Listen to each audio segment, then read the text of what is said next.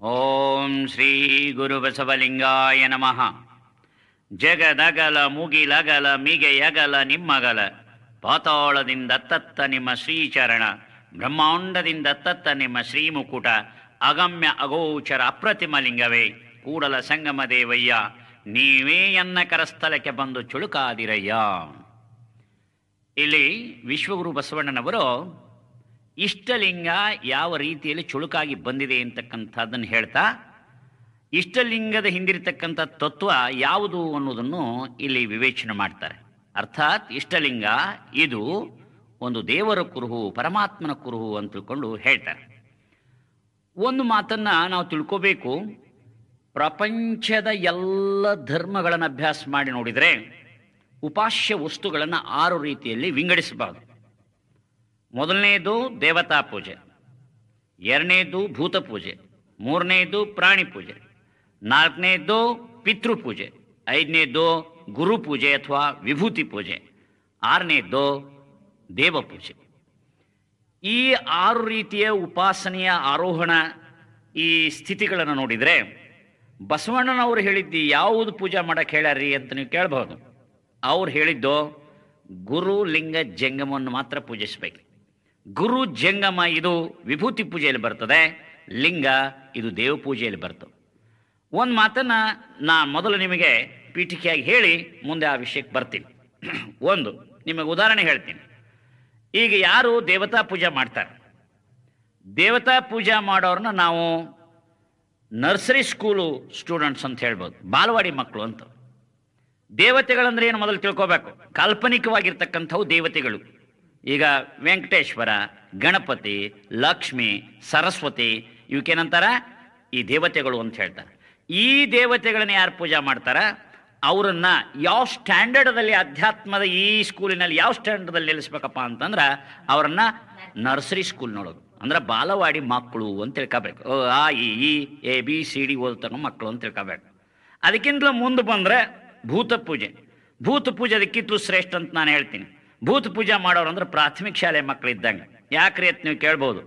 ನೋಡ್ರಿ, ಕಲ್ಲು ಉಪಯೋಗದ, ಮರ ಉಪಯೋಗದ, ಅಗ್ನಿ ಉಪಯೋಗದ, ನೀರು ಉಪಯೋಗದ, ಇಂಥ ಉಪಯೋಗವಿರ್ತಕ್ಕಂಥ ವಸ್ತುವನ್ನು ಪೂಜೆ ಮಾಡೋದು ಅದು ಅದಕ್ಕಿಂತಲೂ ದೇವತಾ ಪೂಜೆಗಿಂತಲೂ ಶ್ರೇಷ್ಠ. ಅದಕ್ಕೆ ಇದಕ್ಕೆ ಭೂತ ಪೂಜೆ ಅಂತಾರೆ. ಅಂಥ ಪೂಜೆ ಮಾಡೋರನ್ನ ನಾವು ಪ್ರಾಥಮಿಕ ಶಾಲೆ ಮಕ್ಕಳು ಅನ್ಬೋದು. ಇದಕ್ಕಿಂತಲೂ ಮುಂದೆ ಹೋದರೆ ಪ್ರಾಣಿ ಪೂಜೆ ಅಂತ ನಾವು ಹೇಳ್ಬೋದು. ಪ್ರಾಣಿ ಪೂಜೆ ಅಂದರೆ ಜಡಕ್ಕಿಂತಲೂ ಪ್ರಾಣಿ ಶ್ರೇಷ್ಠವಾಗಿರ್ತಕ್ಕಂಥದ್ದು, ಅಲ್ಲಿ ಚೈತನ್ಯ ಇರ್ತದೆ. ಅದಕ್ಕಾಗಿ ಅಂಥ ಮಕ್ಕಳು ನಾವು ಏನನ್ಬೇಕು ಅಂತಂದ್ರೆ ಮಿಡ್ಲ್ ಸ್ಕೂಲ್ ವಿದ್ಯಾರ್ಥಿಗಳು ಅಂತ ಹೇಳಬೇಕು. ಅಂದರೆ ಅದಕ್ಕಿಂತಲೂ ಸ್ವಲ್ಪ ಶ್ರೇಷ್ಠ ಆಯಿತು. ಮುಂದೆ ಅದಕ್ಕಿಂತಲೂ ಶ್ರೇಷ್ಠವಾಗಿರ್ತಕ್ಕಂಥದ್ದು ಯಾವುದು ಅಂದ್ರೆ ಪಿತೃಪೂಜೆ, ಆನ್ಸೆಸ್ಟರ್ಸ್ ವರ್ಷಿಪ್. ಪಿತೃಪೂಜೆ ಅಂತಂದ್ರೆ ಹಿರಿಯರ ಹಬ್ಬ ಅಂತ ಮಾಡ್ತಾರೆ, ಶ್ರಾದ್ದ ಅಂತ ಮಾಡ್ತಾರೆ. ಅದಕ್ಕೆ ನಾವು ಹೈಸ್ಕೂಲ್ ಮಕ್ಕಳು ಅಂತ ಹೇಳ್ಬೋದು. ಪಿತೃಪೂಜೆ ಮಾಡೋರು ಅದಕ್ಕಿಂತ ಶ್ರೇಷ್ಠತೆ ಯಾಕೆ ಹೇಳಿದ್ನಿ ಅಂದರೆ ಪ್ರಾಣಿಕ್ಕಿಂತಲೂ ಮನುಷ್ಯ ಶ್ರೇಷ್ಠ. Man is the crown of creation ಅಂತ ಹೇಳ್ತಾರೆ. ಆದ್ದರಿಂದ ನಮ್ಮ ವಂಶಜರು ನಮ್ಮ ಹಿರಿಯರನ್ನು ಪೂಜೆ ಮಾಡೋದು ಈ ಪ್ರಾಣಿ ಪೂಜೆ ಮಾಡೋದಕ್ಕಿಂತಲೂ ಶ್ರೇಷ್ಠ. ಇನ್ನು ಅದಕ್ಕಿಂತಲೂ ಶ್ರೇಷ್ಠ ಯಾವುದಪ್ಪ ಅಂತಂದರೆ ಗುರು ಪೂಜೆ ಅಥವಾ ಮಹಾತ್ಮರ ಪೂಜೆ, ವಿಭೂತಿ ಪೂಜೆ ಅಂತ ನಾವು ಹೇಳ್ತೀವಿ. ಆ ವಿಭೂತಿ ಪೂಜೆ ಮಾಡೋರನ್ನ ನಾವು ಕಾಲೇಜ್ ವಿದ್ಯಾರ್ಥಿಗಳು ಅಂತ ಹೇಳ್ಬೋದು. ವಿಭೂತಿ ಅಂದರೆ ಭೂತಿ ಅಂದರೆ ಇರುವುದು, ವಿಭೂತಿ ಅಂದರೆ ವಿಶೇಷವಾಗಿ ಆಗುವುದು, ಬೀಯಿಂಗ್ ಆ್ಯಂಡ್ ಬಿಕಮಿಂಗ್. ಅಂದ್ರೆ ಈಗ ನರೇಂದ್ರ ಭೂತಿ, ಸ್ವಾಮಿ ವಿವೇಕಾನಂದ ವಿಭೂತಿ, ಗದಾಧರ ಭೂತಿ, ರಾಮಕೃಷ್ಣ ಪರಮಹಂಸ ವಿಭೂತಿ, ಬಸವರಸ ಭೂತಿ, ಬಸವಣ್ಣ ವಿಭೂತಿ, ಮಹಾದೇವಿ ಭೂತಿ, ಅಕ್ಕ ಮಹಾದೇವಿ ವಿಭೂತಿ, ರತ್ನಮ್ಮ ಭೂತಿ, ಮಾತೆ ಮಹಾದೇವಿ ವಿಭೂತಿ. ಹೌದಲ್ಲ? ನೀವು ಎಲ್ಲರೂ ವಿಭೂತಿ ಆಗಬೇಕು. ವಿಭೂತಿ ಅಂತಂದ್ರೆ ಇದಲ್ಲ, ವಿಭೂತಿ ಪುರುಷರಾಗಬೇಕು, ಸೈಂಟ್ ಮಹಾತ್ಮರಾಗಬೇಕು ಅಂತ ಅರ್ಥ. ಕೊನೆಯದಾಗಿರ್ತಕ್ಕಂಥದ್ದು ಯಾವುದಂದ್ರೆ ದೇವ ಪೂಜೆ. ಎಲ್ಲಕ್ಕಿಂತಲೂ ಶ್ರೇಷ್ಠವಾಗಿರ್ತಕ್ಕಂಥದ್ದು ದೇವ ಪೂಜೆ. ಈ ದೇವ ಪೂಜೆ ಮಾಡೋರು ಯಾರಪ್ಪ ಅಂದ್ರೆ ಅವ್ರು ಪೋಸ್ಟ್ ಗ್ರ್ಯಾಜುಯೇಟ್ಸ್ ಇದ್ದಾರೆ, ಅಂದರೆ MA MSc ಓದ್ತಕ್ಕಂಥ ವಿದ್ಯಾರ್ಥಿಗಳಿದ್ದ ಹಾಗೆ. ಅಂದರೆ ಬಸವಣ್ಣವ್ರು ಹೇಳ್ತಕ್ಕಂಥ ಈ ಏನು ವಚನದ ಇದು ಯಾವ ಪೂಜೆಯಲ್ಲಿ ಬರ್ತದ್ರಿ ಅಂತ ಕೇಳಿದರೆ ದೇವ ಪೂಜೆಯಲ್ಲಿ ಬರ್ತದೆ. ಬಸವಣ್ಣವರು ದೇವ ಪೂಜೆಯ ಮಾಟ ದುರಿತ ಬಂಧನದೋಟ, ಶಂಭು ನಿಮ್ಮಯ್ಯ ನೋಟ ಹೆರಹಿಂಗದ ಕಣ್ಬೇಟ ಅಂತ ಹೇಳಿದರು. ಇಲ್ಲಿ ದೇವ ಪೂಜೆಯ ಮಾಟ ಅಂತ ತಿಳ್ಕೊಂಡು ಸ್ಪಷ್ಟವಾಗಿ ಹೇಳ್ತಾರೆ. ಅದಕ್ಕೆ ಬಸವಣ್ಣವ್ರು ಪೂಜೆ ಮಾಡೋಕ್ಕೆ ಶಿವನ ಪೂಜೆ ಮಾಡೋಕ್ಕೆ ಹೇಳಿಲ್ಲ, ಗಂಗಾ ಗೌರಿ ವಲ್ಲಭನಾಗಿರ್ತಕ್ಕಂಥ ಶಿವನ ಪೂಜೆ ಮಾಡೋಕ್ಕೆ ಹೇಳಿಲ್ಲ ಅವರು. ಆ ಕೈಲಾಸದಲ್ಲಿ ಶಿವನೊಬ್ಬರು ಹೆಡ್ಡ ಕಾಣಿರು ಅಂತ ಹೇಳ್ಯಾರ. ಅಲ್ಲಿರ್ತಕ್ಕಂಥ ಗಣಾಧೀಶರು ಮೈಗಳೂರು ಅಂತ ಹೇಳ್ತಾರೆ. ಆದ್ದರಿಂದ ನಾವು ಪೂಜೆ ಮಾಡೋದು ಶಿವನ ಪೂಜೆಯಲ್ಲ, ದೇವತಾ ಶಿವನ ಪೂಜೆ ಅಲ್ಲ, ನಾವು ಪೂಜೆ ಮಾಡೋದು ದೇವರ ಪೂಜೆ. ಆ ದೇವನನ್ನು ನಾವು ಶಿವ ಅಂತ ಕರಿಬಹುದು. ಅದಕ್ಕೆ ಕರೆದಿದ್ದಾರೆ ಶರಣರು, ಅದನ್ನು ತಿಳ್ಕೋಬೇಕು. ಶಿವನ ದೇವರನ್ನು ಅವರು ಶೈವರು, ದೇವರಿಗೆ ಶಿವ ಅನ್ನೋರು ಶರಣರು. ಅದಕ್ಕಾಗಿ ಬಸವಣ್ಣವ್ರ ಪೂಜೆ ಮಾಡ್ಲಿಕ್ಕೆ ಹೇಳಿರ್ತಕ್ಕಂಥ ವಸ್ತು ಯಾವುದು ಅಂತಂದ್ರೆ ಅದು ದೇವ ಪೂಜೆ. ಪ್ರಾಯಶಃ ಒಂದು ಮಾತು ಹೇಳಿದ್ರೆ ನಿಮಗೆ ಆಶ್ಚರ್ಯ ಅನಿಸ್ಬೋದು, ಇಡೀ ಜಗತ್ತಿನಲ್ಲಿ ದೇವರ ಪೂಜೆ ಮಾಡ್ಲಿಕ್ಕೆ ಹೇಳಿದವರು ಏಕಮೇವ ದ್ವಿತೀಯ ಒಬ್ಬ ಮಹಾಪ್ರವಾದಿ ಯಾರಿದ್ರೆ ಬಸವಣ್ಣನೊಬ್ಬನೇ. ಯಾಕ್ರಿ ಅಂತ ನೀವು ಕೇಳ್ಬೋದು. ನೋಡ್ರಿ, ಉಪಾಸನಾ ವಿಧಾನ 3 ರೀತಿ ಅದ. ಯಾಕಂದ್ರೆ 3 ಕರಣಗಳದ ಮನುಷ್ಯನಿಗೆ. ಮೈಯಿಂದ ಮಾಡತಕ್ಕಂಥ ಉಪಾಸನೆ ಪೂಜೆ ಅರ್ಚನೆ, ಮಾತಿನಿಂದ ಮಾಡತಕ್ಕಂಥ ಉಪಾಸನೆಗೆ ಪ್ರಾರ್ಥನೆ ಅಂತಾರೆ, ಮನಸ್ಸಿನಿಂದ ಮಾಡತಕ್ಕಂಥ ಉಪಾಸನೆಗೆ ಧ್ಯಾನ ಮೆಡಿಟೇಷನ್ ಅಂತ ಹೇಳ್ತಾರೆ. ಕೆಲವು ಜನ ಹುಚ್ಚುಚ್ಚು ಮಂದಿ ಇರ್ತಾರೆ, ಭಾಳ ವಿಚಿತ್ರದಾರ. ನಮ್ಮಲ್ಲಿ ಪ್ರಾರ್ಥನೆ ಇಲ್ಲ ಅಂತ ಕೆಲವ್ರು ಹೇಳ್ತಾರೆ, ನಮ್ಮಲ್ಲಿ ಪೂಜೆ ಇಲ್ಲ ಅಂತ ಕೆಲವ್ರು ಹೇಳ್ತಾರೆ, ನಮ್ಮಲ್ಲಿ ಧ್ಯಾನ ಇಲ್ಲ ಅಂತ ಕೆಲವ್ರು ಹೇಳ್ತಾರೆ. ನೋಡ್ರಿ, ಇವಕ್ಕೆ 33 ಮಾರ್ಕ್ಸ್ ಇಟ್ಕೊಳ್ರಿ. ನೀವು 3 ಪ್ರಶ್ನೆಗೆ ಉತ್ತರ ಕೊಟ್ಟರೆ ನಿಮಗೆ 99 ಮಾರ್ಕ್ಸ್ ಮತ್ತು ನೀಟಾಗಿ ಬರೆದ್ರೆ 1 ಮಾರ್ಕ್ಸ್ ಪ್ಲಸ್ 100 ಮಾರ್ಕ್ಸ್ ಬಿಡ್ತಾವೆ. ನೀವೊಂದು ಪ್ರಶ್ನೆ ಅಟೆಂಡ್ ಆಗಲಿಲ್ಲ, ಅದಕ್ಕೆ ಬರೀದಿದ್ರೇನಾಯ್ತು 33 ಮಾರ್ಕ್ಸ್ ಹೊರಟೋದು. ಆದ್ದರಿಂದ ನೀ ಪೂಜೆ ಮಾಡದೇ ಇದ್ರೆ ನಿನಗೆ 66 ಮಾರ್ಕ್ಸ್ನ ಬೀಳ್ಬೋದು. ನೀನು ಪ್ರಾರ್ಥನೆ ಮಾಡದಿದ್ರೆ ಆವಾಗ ನಿನಗೆ 33 ಮಾರ್ಕ್ಸು ಕಳ್ಕೋತೀರಿ. ಆದ್ದರಿಂದ ನಾವು ಯಾವುದನ್ನು ಕಳ್ಕೋಬಾರ್ದು. 3 ಪ್ರಶ್ನೆಗೆ ಸರಿಯಾಗಿ ಉತ್ತರ ಕೊಡಬೇಕು ಅಂದ್ರೆ ಆವಾಗ ನಮ್ದು ಏನಾಗುತ್ತೆ, ಪರಿಪೂರ್ಣವಾಗಿರ್ತಕ್ಕಂಥ 100 ಮಾರ್ಕ್ಸ್ ಪಡ್ಕೊಂಡು ನಾವು ಹೆಂಗೆ ಈ ಪರೀಕ್ಷೆಯಲ್ಲಿ ಆಧ್ಯಾತ್ಮ ಪರೀಕ್ಷೆಯಲ್ಲಿ ಪಾಸ್ ಆಗಬೇಕು ಅಂತ ಅದನ್ನು ತಿಳ್ಕೊಳ್ಳಾರ್ದೇನೆ ಏನೇನು ಹೇಳ್ತಕ್ಕಂಥ ಮಾತು ಪ್ರಾರ್ಥನೆ ನಮ್ಮ ಧರ್ಮದಲ್ಲೇ ಅದ, ಇಲ್ಲ ಅಂತ ತಿಳ್ಕೊಬಾರ್ದು. ಆಡಿದಡೆಯ ನೊಡೆಯನ ಹಾಡುವೆ ಅಂತ ತಿಳ್ಕೊಂಡು ಹೇಳ್ತಾರೆ. ಅಂದರೆ ಹಾಡೋದು, ಬೇಡೋದು ಅಂದ್ರೆ ಅದರ ಅರ್ಥ ಪ್ರಾರ್ಥನೆ ಅಂತ ಹೇಳ್ತಾರೆ. ಅದಕ್ಕಾಗಿ ಬಸವಣ್ಣವ್ರು ಏನು ಹೇಳಿದರು, ಮೈಯಿಂದ ಪೂಜೆ ಮಾಡಲಿಕ್ಕೂ ಹೇಳಿದರು, ಮಾತಿನಿಂದ ಪ್ರಾರ್ಥನೆ ಮಾಡಲಿಕ್ಕೂ ಹೇಳಿದರು, ಮತ್ತು ಮನಸ್ಸಿನಿಂದ ಧ್ಯಾನ ಮಾಡಲಿಕ್ಕೂ ಹೇಳಿದರು. ಅದಕ್ಕಾಗಿ ಇದು ಒಂದು ಸುಂದರವಾಗಿರ್ತಕ್ಕಂಥ ಪರಿಪೂರ್ಣವಾಗಿರ್ತಕ್ಕಂಥ ಯೋಗ ಸಾಧನ ಅನ್ನೋದನ್ನ ನಾವು ನೆನಪಿನಲ್ಲಿಡಬೇಕು. ಇಲ್ಲಿ ನೋಡ್ರಿ, ಅದು ಹೇಳ್ತಾರೆ, ನಾ ಹಂಗಾರೆ ಪೂಜೆ ಮಾಡೋದು ಯಾವುದ್ರಿ ಅಂತ ಅವ್ರು ವರ್ಣನೆ ಮಾಡೋದನ್ನು ಕೇಳಿದ್ರಿ. ಜಗದಾಗಲ, ಮೂಗಿಲಾಗಲ, ಮೀಗೆಯಾಗಲ, ನಿಮ್ಮಗಲ. ಇದು ಎಂಥದ್ದು ಅಂತಂದ್ರೆ ಜಗತ್ತಿನಲ್ಲೆಲ್ಲ ಓತಪ್ರೋತವಾಗಿ ತುಂಬಿರುವುದು ಯಾವುದೋ ಅದು ಲಿಂಗ. ಲಿಂಗದ ವರ್ಣನೆ ಮಾಡ್ತಾರೆ ಇಲ್ಲಿ. ಲಿಂಗ ಅಂದ್ರೆ ಬಹಳ ಜನ ತಪ್ಪು ತಿಳ್ಕೊಂಡಿದ್ದಾರೆ. ಒಂದು ಮಾತು ಹೇಳಬೇಕು, ಲಿಂಗ ಅಂದ್ರೆ ಇದರ ಅರ್ಥ ಏನಪ್ಪ, ಎಟಿಮಾಲಜಿಕಲ್ ಮೀನಿಂಗ್ ಆಫ್ ಲಿಂಗ ಅಂದ್ರೆ ಏನು, ಈ ತೋರುವ ಸೃಷ್ಟಿ ಎದರಿಂದ ಹೊರಹೊಮ್ಮಿ ಎದರಲ್ಲಿ ಲೀಲಿಯಾಡಿ ಕೊನೆಗೆ ಅದರಲ್ಲಿ ಲಯವಾಗ್ತದೋ ಅದಕ್ಕೆ ಲಿಂಗ ಅಂತ. ಇನ್ಸೊರೆ ತಿಳ್ಕೊಬೇಕು ಎಟಿಮಾಲಜಿಕಲ್ ಮೀನಿಂಗ್. ಅದು ಇಲ್ಲಾಂದ್ರೆ ಸರಿಯಾಗಿ ನಮಗೆ ತಿಳುವಳಿಕೆ ಆಗೋದಿಲ್ಲ. ಅದಕ್ಕೆ ಲಿಂಗ ಅಂದ್ರೆ ಅದು ಸ್ಥಾವರ ಲಿಂಗವೂ ಅಲ್ಲ, ಅದು ಚರಲಿಂಗವೂ ಅಲ್ಲ. ಲಿಂಗ ಇದರ ಅರ್ಥ ಏನಂದ್ರೆ ಪರಬ್ರಹ್ಮ, ಪರಶಿವ ಅನ್ನುವಂಥ ಅರ್ಥದಲ್ಲಿ ಲಿಂಗ ಶಬ್ದವನ್ನ ಅವರು ಬಳಸ್ತಾರೆ. ಅದಕ್ಕಾಗಿ ಲಿಂಗ ಅಂದ್ರೆ ಪರಾತ್ಪರ ವಸ್ತು, ಅಬ್ಸಲ್ಯೂಟ್ ರಿಯಾಲಿಟಿ ಅನ್ನುವಂಥ ಮಾತನ್ನು ನಾವು ತಿಳ್ಕೋಬೇಕು. ಅಂಥ ಪರಾತ್ಪರ ವಸ್ತುವಿಗೆ ಲಿಂಗ ಅಂತಾರೆ. ಅದನ್ನು ನಾವು ಪೂಜೆ ಮಾಡೋದಕ್ಕೆ ಲಿಂಗ ಪೂಜೆ ಅಂತ ತಿಳ್ಕೊಂಡು ಹೇಳ್ತಾರೆ. ಅದರಿಂದ ಇಲ್ಲಿ ಸರಿಯಾಗಿ ತಿಳ್ಕೋಬೇಕು. ಅದರ ವರ್ಣನೆಯನ್ನು ಇಲ್ಲಿ ಮಾಡ್ತಾರೆ ನೋಡಿ. ಜಗದಾಗಲ, ಮೂಗಿಲಾಗಲ, ಮೀಗೆಯಾಗಲ, ನಿಮ್ಮಗಲ. ಈ ಎಷ್ಟು ದೊಡ್ಡದೈತಿ ಲಿಂಗು, ದೇವರು ಎಷ್ಟು ದೊಡ್ಡವದಾನ ಅಂದ್ರೆ ಜಗತ್ತಿನೆಲ್ಲ ತುಂಬಿ ತುಳುಕ್ತಾನೆ. ಮುಗಿಲಾಗಲ, ಆಕಾಶಕ್ಕೂ ಅತೀತನಾಗಿರ್ತಕ್ಕಂಥವನು, ಅದಕ್ಕೂ ಅತೀತಾಗಿ ಹೇಳಕ್ ಬರೋದಿಲ್ಲ ಅಂತ ತಿಳ್ಕೊಂಡು ಕೊನೆಗೆ ಏನು ಹೇಳ್ತಾರ, ನೀ ಎಷ್ಟು ದೊಡ್ಡ ಅವಧಿಯಪ್ಪ ಅಂದ್ರೆ ನಿನ್ನಷ್ಟೇ ದೊಡ್ಡ ಅವಧಿ. ಹಿಮಾಲಯ ಎಷ್ಟು ದೊಡ್ಡದ, ಹಿಮಾಲಯದಷ್ಟೇ ದೊಡ್ಡದ. ಪ್ಯಾಸಿಫಿಕ್ ಓಷನ್ ಎಷ್ಟು ದೊಡ್ಡದ, ಅದರಷ್ಟೇ ದೊಡ್ಡದ. ದೇವರೇ ನಿನ್ನನ್ನು ವರ್ಣನ ಮಾಡಕ್ಕೆ, ತುಲನೆ ಮಾಡಕ್ಕೆ, ಹೇಳಕ್ಕೆ ಆಗೋಲ್ಲ. ನೀ ಎಷ್ಟು ದೊಡ್ಡ ಅವಧಿಯಪ್ಪ ಅಂತಂದ್ರೆ ನಿನ್ನಷ್ಟು ದೊಡ್ಡವ್ರು ಯಾರು ಇಲ್ಲ, ಆದ್ರೆ ನಿನ್ನಷ್ಟು ನೀನೇ ದೊಡ್ಡ ಅವಧಿ ಅನ್ನುವಂಥ ಮಾತಿನಲ್ಲಿ ಕಡೆಗೆ ನಿಮ್ಮಗಲ ಅನ್ನುವಂಥ ಮಾತನ್ನು ಹೇಳ್ತಾರೆ. ಪಾತಾಳದಿಂದ ತತ್ತ ನಿಮ್ಮ ಶ್ರೀಚರಣ, ಬ್ರಹ್ಮಾಂಡದಿಂದ ತತ್ತ ನಿಮ್ಮ ಶ್ರೀ ಮುಕುಟ, ಅಪ್ರಮಾಣ, ಅಗೋಚರ, ಅಪ್ರತಿಮ ಲಿಂಗವೇ ಅಂತ ತಿಳ್ಕೊಂಡು ಹೇಳ್ತಕ್ಕಂಥ ಮಾತಿನಲ್ಲಿ ಪರಮಾತ್ಮನನ್ನ ಪ್ರಮಾಣದಿಂದ ತಿಳ್ಕೊಳ್ಳಿಕ್ಕೆ ಆಗೋದಿಲ್ಲ. ಅದು ಯಾವುದೇ ತುಲನೆ ಮಾಡಿ ಹೇಳಿಕ್ಕೆ ಶಬ್ದದಿಂದ ತಿಳ್ಕೊಳ್ಳಿಕ್ಕೆ ಆಗೋದಿಲ್ಲ. ಅಂಥ ಪರಾತ್ಪರ ವಸ್ತು, ಆ ಪರಬ್ರಹ್ಮ, ಪರಶಿವ, ಅಬ್ಸಲ್ಯೂಟ್ ರಿಯಾಲಿಟಿ ಅದು ಏನು ಹೇಳ್ತದೆ, ನೀವೆನ್ನ ಕರಸ್ಥಲಕ್ಕೆ ಬಂದು ಚುಳುಕಾದಿರಯ್ಯ ಅಂದ್ರೆ ಇಂಥ ಪರಾತ್ಪರ ವಸ್ತು ನನ್ನ ಕೈಯೊಳಗೆ ಬಂದು ಚುಳುಕಾಯಿತು ಅನ್ನೋದು ಹೇಳ್ತಾರೆ. ಚುಳುಕಂದ್ರೆ ಏನು ಅನ್ನೋದನ್ನು ತಿಳ್ಕೊಬೇಕು. ಚುಳುಕಾದಿರಯ್ಯ ಅಂದ್ರೆ ಏನು, ಈಗ ಇಡೀ ಬೆಂಗಳೂರು ಪಟ್ಟಣವನ್ನು ಒಂದು ಕ್ಯಾಮ್ರಾದ ತಕೊಂಡ್ಬಿಡ್ಬೋದು, ಹೆಲಿಕಾಪ್ಟರ್ದಾಗ ಹೋಗಿ. ಅಂದ್ರೆ 1 ಇಂಚು ಚೌರಸ್ತಲ್ಲಿ ಇಡೀ ಒಂದು ನಾವು ನಗರವನ್ನು ಹೆಂಗ ಅದು ತೆಗೆದುಕೊಳ್ಳಿಕ್ಕೆ ಸಾಧ್ಯದ, ಹಂಗೆ ಇಂಥ ಬೃಹದಾಕಾರವಾಗಿರ್ತಕ್ಕಂಥ ವಿಶ್ವವನ್ನ ನಾವೆಲ್ಲ ಆ ಪರಾತ್ಪರ ವಸ್ತುವನ್ನ ಚುಳುಕಾಗಿ ಕರಸ್ಥಲದ ಇಷ್ಟಲಿಂಗದಲ್ಲಿ ನಾವು ಕಾಣಬಹುದು ಅನ್ನೋದನ್ನ ಇಲ್ಲಿ ಹೇಳ್ತಾರೆ. ಹೆಂಗ ಕರಿಯು ಕನ್ನಡಿಯೊಳಡಗಿದಂತೆ. ಈಗ ಆನೆ, ಬೃಹದಾಕಾರವಾದ ಆನೆಯನ್ನ ಚಿಕ್ಕದಾದ ಕನ್ನಡಿಯಲ್ಲಿ ಹೆಂಗೆ ಕಾಣ್ತೇವೆ, ಹಾಗೆ ಬೃಹದಾಕಾರವಾಗಿರ್ತಕ್ಕಂಥ ವಿಶ್ವ ಆ ಈ ಪರಮಾತ್ಮನ ಅಂತಕ್ಕಂಥ ಲಿಂಗ ದರ್ಪಣದಲ್ಲಿ ನಾವು ಕಾಣಬಹುದು ಅನ್ನೋದನ್ನು ಇಲ್ಲಿ ಚುಳುಕಾಗಿ ಬಂದಿ ಎನ್ನುವ ಅರ್ಥದಲ್ಲಿ ಅವ್ರು ಹೇಳ್ತಾರೆ. ಅದಕ್ಕಾಗಿ ಇದು ದೇವರ ಪೂಜೆಯೇ ವಿನಃ ಇದು ದೇವತಾ ಪೂಜೆಯಲ್ಲ, ಪ್ರಾಣಿ ಪೂಜೆಯಲ್ಲ, ಅಥವಾ ಯಾವ ಮನುಷ್ಯರ ಪೂಜೆಯೂ ಅಲ್ಲ, ಅಥವಾ ಯಾವ ಆಕಾರದ ಪೂಜೆಯೂ ಅಲ್ಲ. ನೋಡ್ರಿ, ಇದಕ್ಕೇನಾದ್ರ ಹೆಣ್ಣು ಗಂಡು ಅನ್ನುವಂಥದ್ದು ಏನಿಲ್ಲ, ಲಕ್ಷಣ ಇಲ್ಲ, ಅಥವಾ ಮತ್ಯಾವುದೇ ಈ ಪ್ರಾಣಿ ಲಕ್ಷಣಗಳಿಲ್ಲ. ಇದು ಕೇವಲ ಗೋಲಾಕಾರವಾಗಿರ್ತಕ್ಕಂಥ ಇಷ್ಟಲಿಂಗ ಬಗ್ಗೆ ಹೇಳುವಾಗ ಇದು ಪರಾತ್ಪರ ವಸ್ತುವಿನ ಕುರುಹು ಅನ್ನುವುದನ್ನು ಹೇಳ್ತಾರೆ. ಇಲ್ಲಿ ಒಂದು ನೀವು ಪ್ರಶ್ನೆ ಕೇಳ್ಬೋದು ನಮ್ಗೆ, ಏನಪ್ಪ ಅದರ ಯಾಕೆ ಬೇಕ್ರಿ, ಕುರು ಯಾಕೆ ಬೇಕ್ರಿ ಅಂತ ತಿಳ್ಕೊಂಡು ಅನೇಕರು ಕೇಳ್ತಾರೆ. ನೋಡ್ರಿ, ಕುರುಹು ಇಲ್ಲದೆ ಅರು ಬರ್ಲಿಕ್ಕೆ ಸಾಧ್ಯವಿಲ್ಲ. ಈ ಜಗತ್ತಿನೊಳಗೆ ಕುರುವಿನಿಂದಲೇ ಅರು ಸಾಧ್ಯ, ಕುರು ಇಲ್ಲದೆ ಅರು ಬರ್ಲಿಕ್ಕೆ ಸಾಧ್ಯ ಇಲ್ಲ. ಅದಕ್ಕೆ ಕೆಲವು ಮಾತುಗಳನ್ನು ನಿಮ್ಗೆ ಉದಾಹರಣೆ ಕೊಟ್ಟು ಹೇಳ್ತೀನಿ ನಾನು. ಉದಾಹರಣೆಗಾಗಿ ಈಗ ಕಾವಿ ಬಟ್ಟೆ, ಅದು ಕಾವಿ ಬಟ್ಟೆ ಯಾರ ಕುರುಹು? ಸನ್ಯಾಸಿಯ ಕುರುಹು. ಎದರ ಕುರುಹು? ತ್ಯಾಗದ ವಿರಾಗದ ಕುರುಹು. ಹೌದಲ್ಲ? ತ್ಯಾಗದ ಕುರುಹು, ವಿರಾಗದ ಕುರು ಅಂತ ನಾವು ಹೇಳ್ತೀವಿ. ಖಾದಿ ಬಟ್ಟೆ ಎದರ ಕುರುಹು? ಸ್ವದೇಶಾಭಿಮಾನದ ಕುರುಹು. ಖಾಕಿ ಬಟ್ಟೆ ಯಾರ ಕುರುಹು? ಪೊಲೀಸರ ಕುರುಹು. ಎದರ ಕುರುಹು? ರಕ್ಷಣೆಯ ಕುರುಹು. ಹೀಗೆ ಪ್ರತಿನಿತ್ಯ ಜೀವನದಲ್ಲಿ ನಾವು ಕುರುಗಳನ್ನು ಬಳಸ್ತೇವೆ. ಈಗ ರಾಷ್ಟ್ರಧ್ವಜ ಅದ, ರಾಷ್ಟ್ರಧ್ವಜ ಎದರ ಕುರುಹು? ಸ್ವಾತಂತ್ರ್ಯತೆಯ ಕುರುಹು. ಸ್ವಾತಂತ್ರ್ಯತೆ ಬಂದಾಗ ನಾವು ರಾಷ್ಟ್ರಧ್ವಜ ಹಾರಿಸ್ಲಿಕ್ಕೆ ಪ್ರಾರಂಭ ಮಾಡಿದ್ವಿ. 1947 ಆಗಸ್ಟ್ 15ಕ್ಕಿಂತ ಮೊದಲು ಹಾರಿಸ್ತಿರಲಿಲ್ಲ, ತಿಳಿತಾನೆ. ಕೆಲವರು ದೇಶದ ಕುರುಹು ಅಂತ ಹೇಳ್ತಾರೆ, ದೇಶ ಯಾವಾಗಲೂ ಇತ್ತು, ಹಂಗಲ್ಲ, ಅದು ಸ್ವಾತಂತ್ರ್ಯತೆಯ ಕುರುಹು. ಇದನ್ನ ನಾವು ತಿಳ್ಕೋಬೇಕು. ಈಗ ಹೆಣ್ಮಕ್ಳು ಮಂಗಳಸೂತ್ರ ಕಟ್ಕೊಂಡಿರ್ತಾರೆ. ಮಂಗಳಸೂತ್ರ ಯಾರ ಕುರುಹು? ಗಂಡನ ಕುರುಹು, ಪತಿಯ ಕುರುಹು. ಎದರ ಕುರುಹು? ಮುತ್ತೈದೆಯ ಕುರುಹು. ನಾನು ಒಮ್ಮೆ ಏನು ಮಾಡ್ತಿದ್ದೆ, ಹಿಂಗೆ ಪ್ರವಚನದಾಗ ಹೇಳ್ತಿದ್ದೆ, ಅಲ್ರಿ ಒಂದು ಹುಡುಗಿ, ಕಾಲೇಜ್ ಹುಡುಗಿ ಎದ್ದು ನಿಂತು ಕೇಳಿಬಿಟ್ಲು, ಜಯನಗರದಾಗ ಇಲ್ಲೇನೆ, ಏನೋ ಅಲ್ರಿ ಸ್ವಾಮಿಗಳ ಗಂಡನ ಕುರುಹು ಮಂಗಳಸೂತ್ರ ಅಂತ ಹೇಳಿದ್ರಿ, ಮತ್ತು ಹೆಂಡತಿ ಕುರುಗೆ ಏನಿರ್ತದೆ ಗಂಡನಿಗೆ ಅಂತ ಕೇಳಿದ್ರು. ನಾ ಹೇಳಿದೆ, ಇದು ಪುರುಷ ಪ್ರಧಾನವಾಗಿರ್ತಕ್ಕಂಥ ಸಮಾಜ. ಪುರುಷ ಪ್ರಧಾನ ಸಮಾಜದಲ್ಲಿ ಯಾವಾಗಲೂ ಏನು ಮಾಡ್ತಾನೆ, ತನ್ನ ಕುರುಹನೆ ಹೆಂಡತಿಗೆ ಮಂಗಳಸೂತ್ರ ಅಂತ ತಿಳ್ಕೊಂಡು ಲಗ್ನದಾಗ ಕಟ್ತಾನೆ.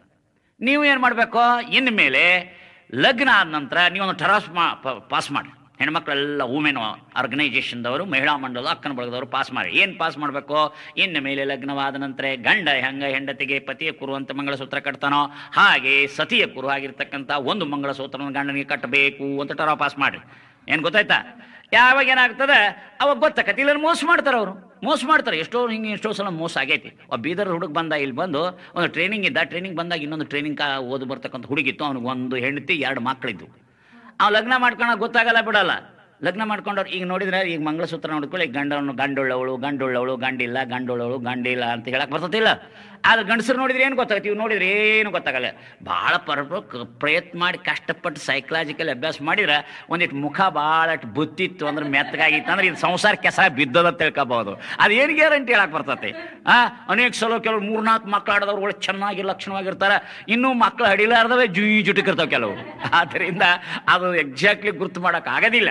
ಅದಕ್ಕಾಗಿ ಏನು ಮಾಡಬೇಕು, ಒಂದು ಮಂಗಳಸೂತ್ರ ಕಟ್ರಿ. ಎಲ್ಲಿ ಕಟ್ಟಬೇಕು ನಿಮ್ಗೊಂದು ನಾನು ಹೇಳ್ತೀನಿ, ಯಾಕಂದ್ರೆ ನಾನು ಹೆಣ್ಮಕ್ಳಿಗೆ ಅಡ್ವೊಕೇಟ್ ಮಾಡ್ತೀನಿ. ನೀವು ಈ ಗಂಡಸರು ಭಾಳ ಪಕ್ಕ ಇರ್ತಾರೆ, ಗೊತ್ತಾ? ಅವ್ರೇನು ಮಾಡ್ತಾರೆ ಗೊತ್ತಾ, ಈಗ ನೀವು ಇಲ್ಲಿ ಕಟ್ಕೊಂಡ್ರೆ ನೆಕ್ಟ ಕಟ್ಕೊಂಡು ಮುಚ್ಕೊಂಡ್ಬಿಡ್ತಾರೆ, ಗೊತ್ತಾಗಂಗಿಲ್ಲ. ಅದಕ್ಕೆ ಎಲ್ಲೆಲ್ಲಿಯೂ ಸಹಿತ ಮುಚ್ಚಲಾಕ್ ಬರಲಾರ್ದಂಥ ಇಂಥಲ್ಲಿ ಕಟ್ಟಿಬಿಟ್ರಿ, ಅಗಳಾಡಿಸ್ಕೊತ ಹೋಗ್ಬಿಡ್ಲಿ. ಅರ್ಥ ಏನು? ಇದು ಜೋಕ್ ಹೇಳಿದ್ರು ಇದ್ರ ಮುಖ್ಯೇನು ಅಂದರೆ, ಗಂಡಸರು ನೋಡಿದ್ರೆ ಗೊತ್ತಾಗೋದಿಲ್ಲ, ಹೆಣ್ಮಕ್ಳು ನೋಡಿದ್ರೆ ಗೊತ್ತಾಗುತ್ತೆ. ಯಾಕೆ? ಕುರುಹುವಿನಿಂದ ಅರಿವಾಗ್ತದೆ.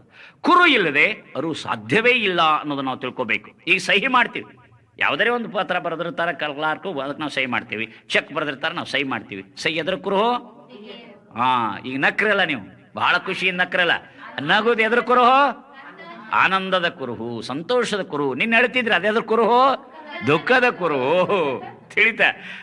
ಯಾರು ಅಳ್ತಿರ್ತಾರ, ಅಳುವು ಬಂದಾಗ ಏನಾಗತ್ತೆ, ದುಃಖ ಆಗಿರ್ತದ ಒಳಗ, ಹೌದಲ್ಲ? ಅದಕ್ಕೆ ಕಿರೀಟಿ ಯಾರ ಕುರುಹು? ರಾಜನ ಕುರುಹು. ಈಗ ರಸ್ತೆಯಲ್ಲಿ ಹೋಗ್ತಿರ್ತೀವಿ, ನಾವು ಕಾರ್ ತಗೊಂಡು ಹೋಗ್ತಿರ್ತೀವಿ, ಹಾರ್ನ್ ಮಾಡ್ತೀವಿ, ಗೊತ್ತಾ? ಅಂದ್ರೆ ಏನರ್ಥ? ಎಚ್ಚರಿಕೆ, ಪಕ್ಕ ಆಗ್ರಪ್ಪ ನಾವು ಬರ್ತೀವಿ ಅಂತ ಅರ್ಥ. ಇಲ್ಲಾಂದ್ರೆ ನಾವು ಒಂದು ಊರಿಗೆ ಹೋಗ್ತಾ ಇರ್ತೀವಿ, ರಸ್ತೆಯಲ್ಲಿ ಕೆಂಪು ದೀಪ ಇಟ್ಟಿರ್ತಾರೆ ರಾತ್ರಿ ಸಮಯದಲ್ಲಿ ಪ್ರವಾಸ ಮಾಡುವಾಗ. ಅವಾಗ ನಾವು ಬಹಳ ಸ್ಪೀಡ್ ಬಂದು ಒಮ್ಮೆ ಹಗರ ನಿಲ್ಲಿಸಿ ನೋಡ್ತೀವಿ. ಆಮೇಲೆ ಅದೇನು ಹೇಳ್ತತೆ? ಅಪಾಯದ ಕುರುಹು. ಇಲ್ಲಿ ರಸ್ತೆ ಕೆಟ್ಟಿರ್ಬೇಕು ಅಥವಾ ಏನಾದರೂ ವ್ಯತ್ಯಾಸ ಇರಬೇಕು ಅಂತ ಹೇಳ್ಕೊಂಡು ಸ್ಲೋ ಮಾಡ್ಕೊಂಡು ಆಮೇಲೆ ಹಿಂಗ ಡಿವಿಯೇಷನ್ ರೋಡು ಹಿಂಗೆ ಪಕ್ಕಕ್ಕೆ ನಾವು ತೆಗೆದುಕೊಂಡು ಹೋಗ್ಬೇಕಾಗತ್ತೆ. ಅದೇನು ತೋರಿಸ್ತದೆ? ಒಂದು ಕುರು ತೋರಿಸ್ತದೆ. ಅಲ್ಲಿ ಯಾರು ಇರುವುದಿಲ್ಲ, ಇಲ್ಲಿ ಅಪಾಯದ ಬರಬೇಡ ಅಂತ ಯಾರು ಹೇಳಲ್ಲ, ಬರೀ ಒಂದು ದೀಪ ಇಟ್ಟು ಹೋಗ್ಬಿಡ್ತಾರೆ, ಆ ದೀಪ ನಮಗೆ ತೋರಿಸ್ತದೆ. ಅಥವಾ ರಿಫ್ಲೆಕ್ಟರ್ಸ್ ಅಂತ ಮಾಡಿರ್ತಾರೆ. ರಸ್ತೆ ಹಿಂಗೆ ಹೋಗಿದ್ರೆ, ಈ ಕಡೆ ಹೋಗಿದ್ರೆ, ಲೆಫ್ಟ್ ಹೋಗಿದ್ರೆ, ರೈಟ್ ಹೋಗಿದ್ರೆ, ಅಥವಾ ಅಲ್ಲಿ ಏನು ಕ್ರಾಸ್ ಇದ್ರೆ, ಅಥವಾ ಏನಾದರೂ ಟ್ರೈನ್ ಓಡಾಡ್ತಕ್ಕಿತ್ತಂದ್ರೆ ಅಲ್ಲಿ ಕುರುಹುಗಳಲ್ಲಿ ರಿಫ್ಲೆಕ್ಟರ್ಸ್ ತೋರಿಸಿರ್ತಾರೆ. ಅದು ಏನಾಗುತ್ತೆ, ನಮಗೆ ಅದರ ಕುರುಹು ಆಯಿತು, ಇಲ್ಲಿ ಟ್ರೈನ್ ಬರ್ತದೆ ಅಂತ ಗೊತ್ತಾಕತ್ತೆ, ಇಲ್ಲಿ ರಸ್ತೆ ಅಡ್ಡ ಐತಿ, ಯಾರೋ ಇಲ್ಲಿ ರಸ್ತೆ ಕೂಡು ರಸ್ತೆ ಇರ್ಬೋದು ಅನ್ನೋದನ್ನು ಮೊದಲು ತೋರಿಸ್ತಾರೆ. ಅದರಿಂದ ಕುರುಹಿನಿಂದಲೇ ನಮಗೆ ಈ ಜೀವನದೊಳಗೆ ಅರಿವು ಆಗ್ತಾವೆ. ಅನೇಕ ಈಗ ವಿಗ್ರಹಗಳು ನಾವು ನೋಡ್ತೀವಿ, ಫೋಟೋಗಳು, ಇವೇನಪ್ಪ ಮಹಾತ್ಮರ ಕುರುಹುಗಳು. ಆಮೇಲೆ ಈಗ ಡಾಕ್ಟರ್ ಹೆಚ್ಚಾಗಿದ್ರೆ ಅದ್ರ ಕುರುಹು, ರೋಗ ಹೆಚ್ಚಾಗ್ಯದ ಅಂತ ಕುರುಹು, ರೋಗಿಗಳು ಜಾಸ್ತಿ ಆಗ್ಯಾರ ಅಂತ ಕುರುಹು, ವಕೀಲರು ಹೆಚ್ಚಾಗಿದೆ ಅದ್ರ ಕುರುಹು, ಜಗಳ ಜಾಸ್ತಿ ಆಗಿದೆ ಅಂತ ಕುರುಹು, ಪೊಲೀಸರು ಹೆಚ್ಚಾಗಿದೆ ಅದ್ರ ಕುರುಹು, ಕಾಲ್ರು ಹೆಚ್ಚಾಗ್ಯಾರ ಅಂತ ಕುರುಹು.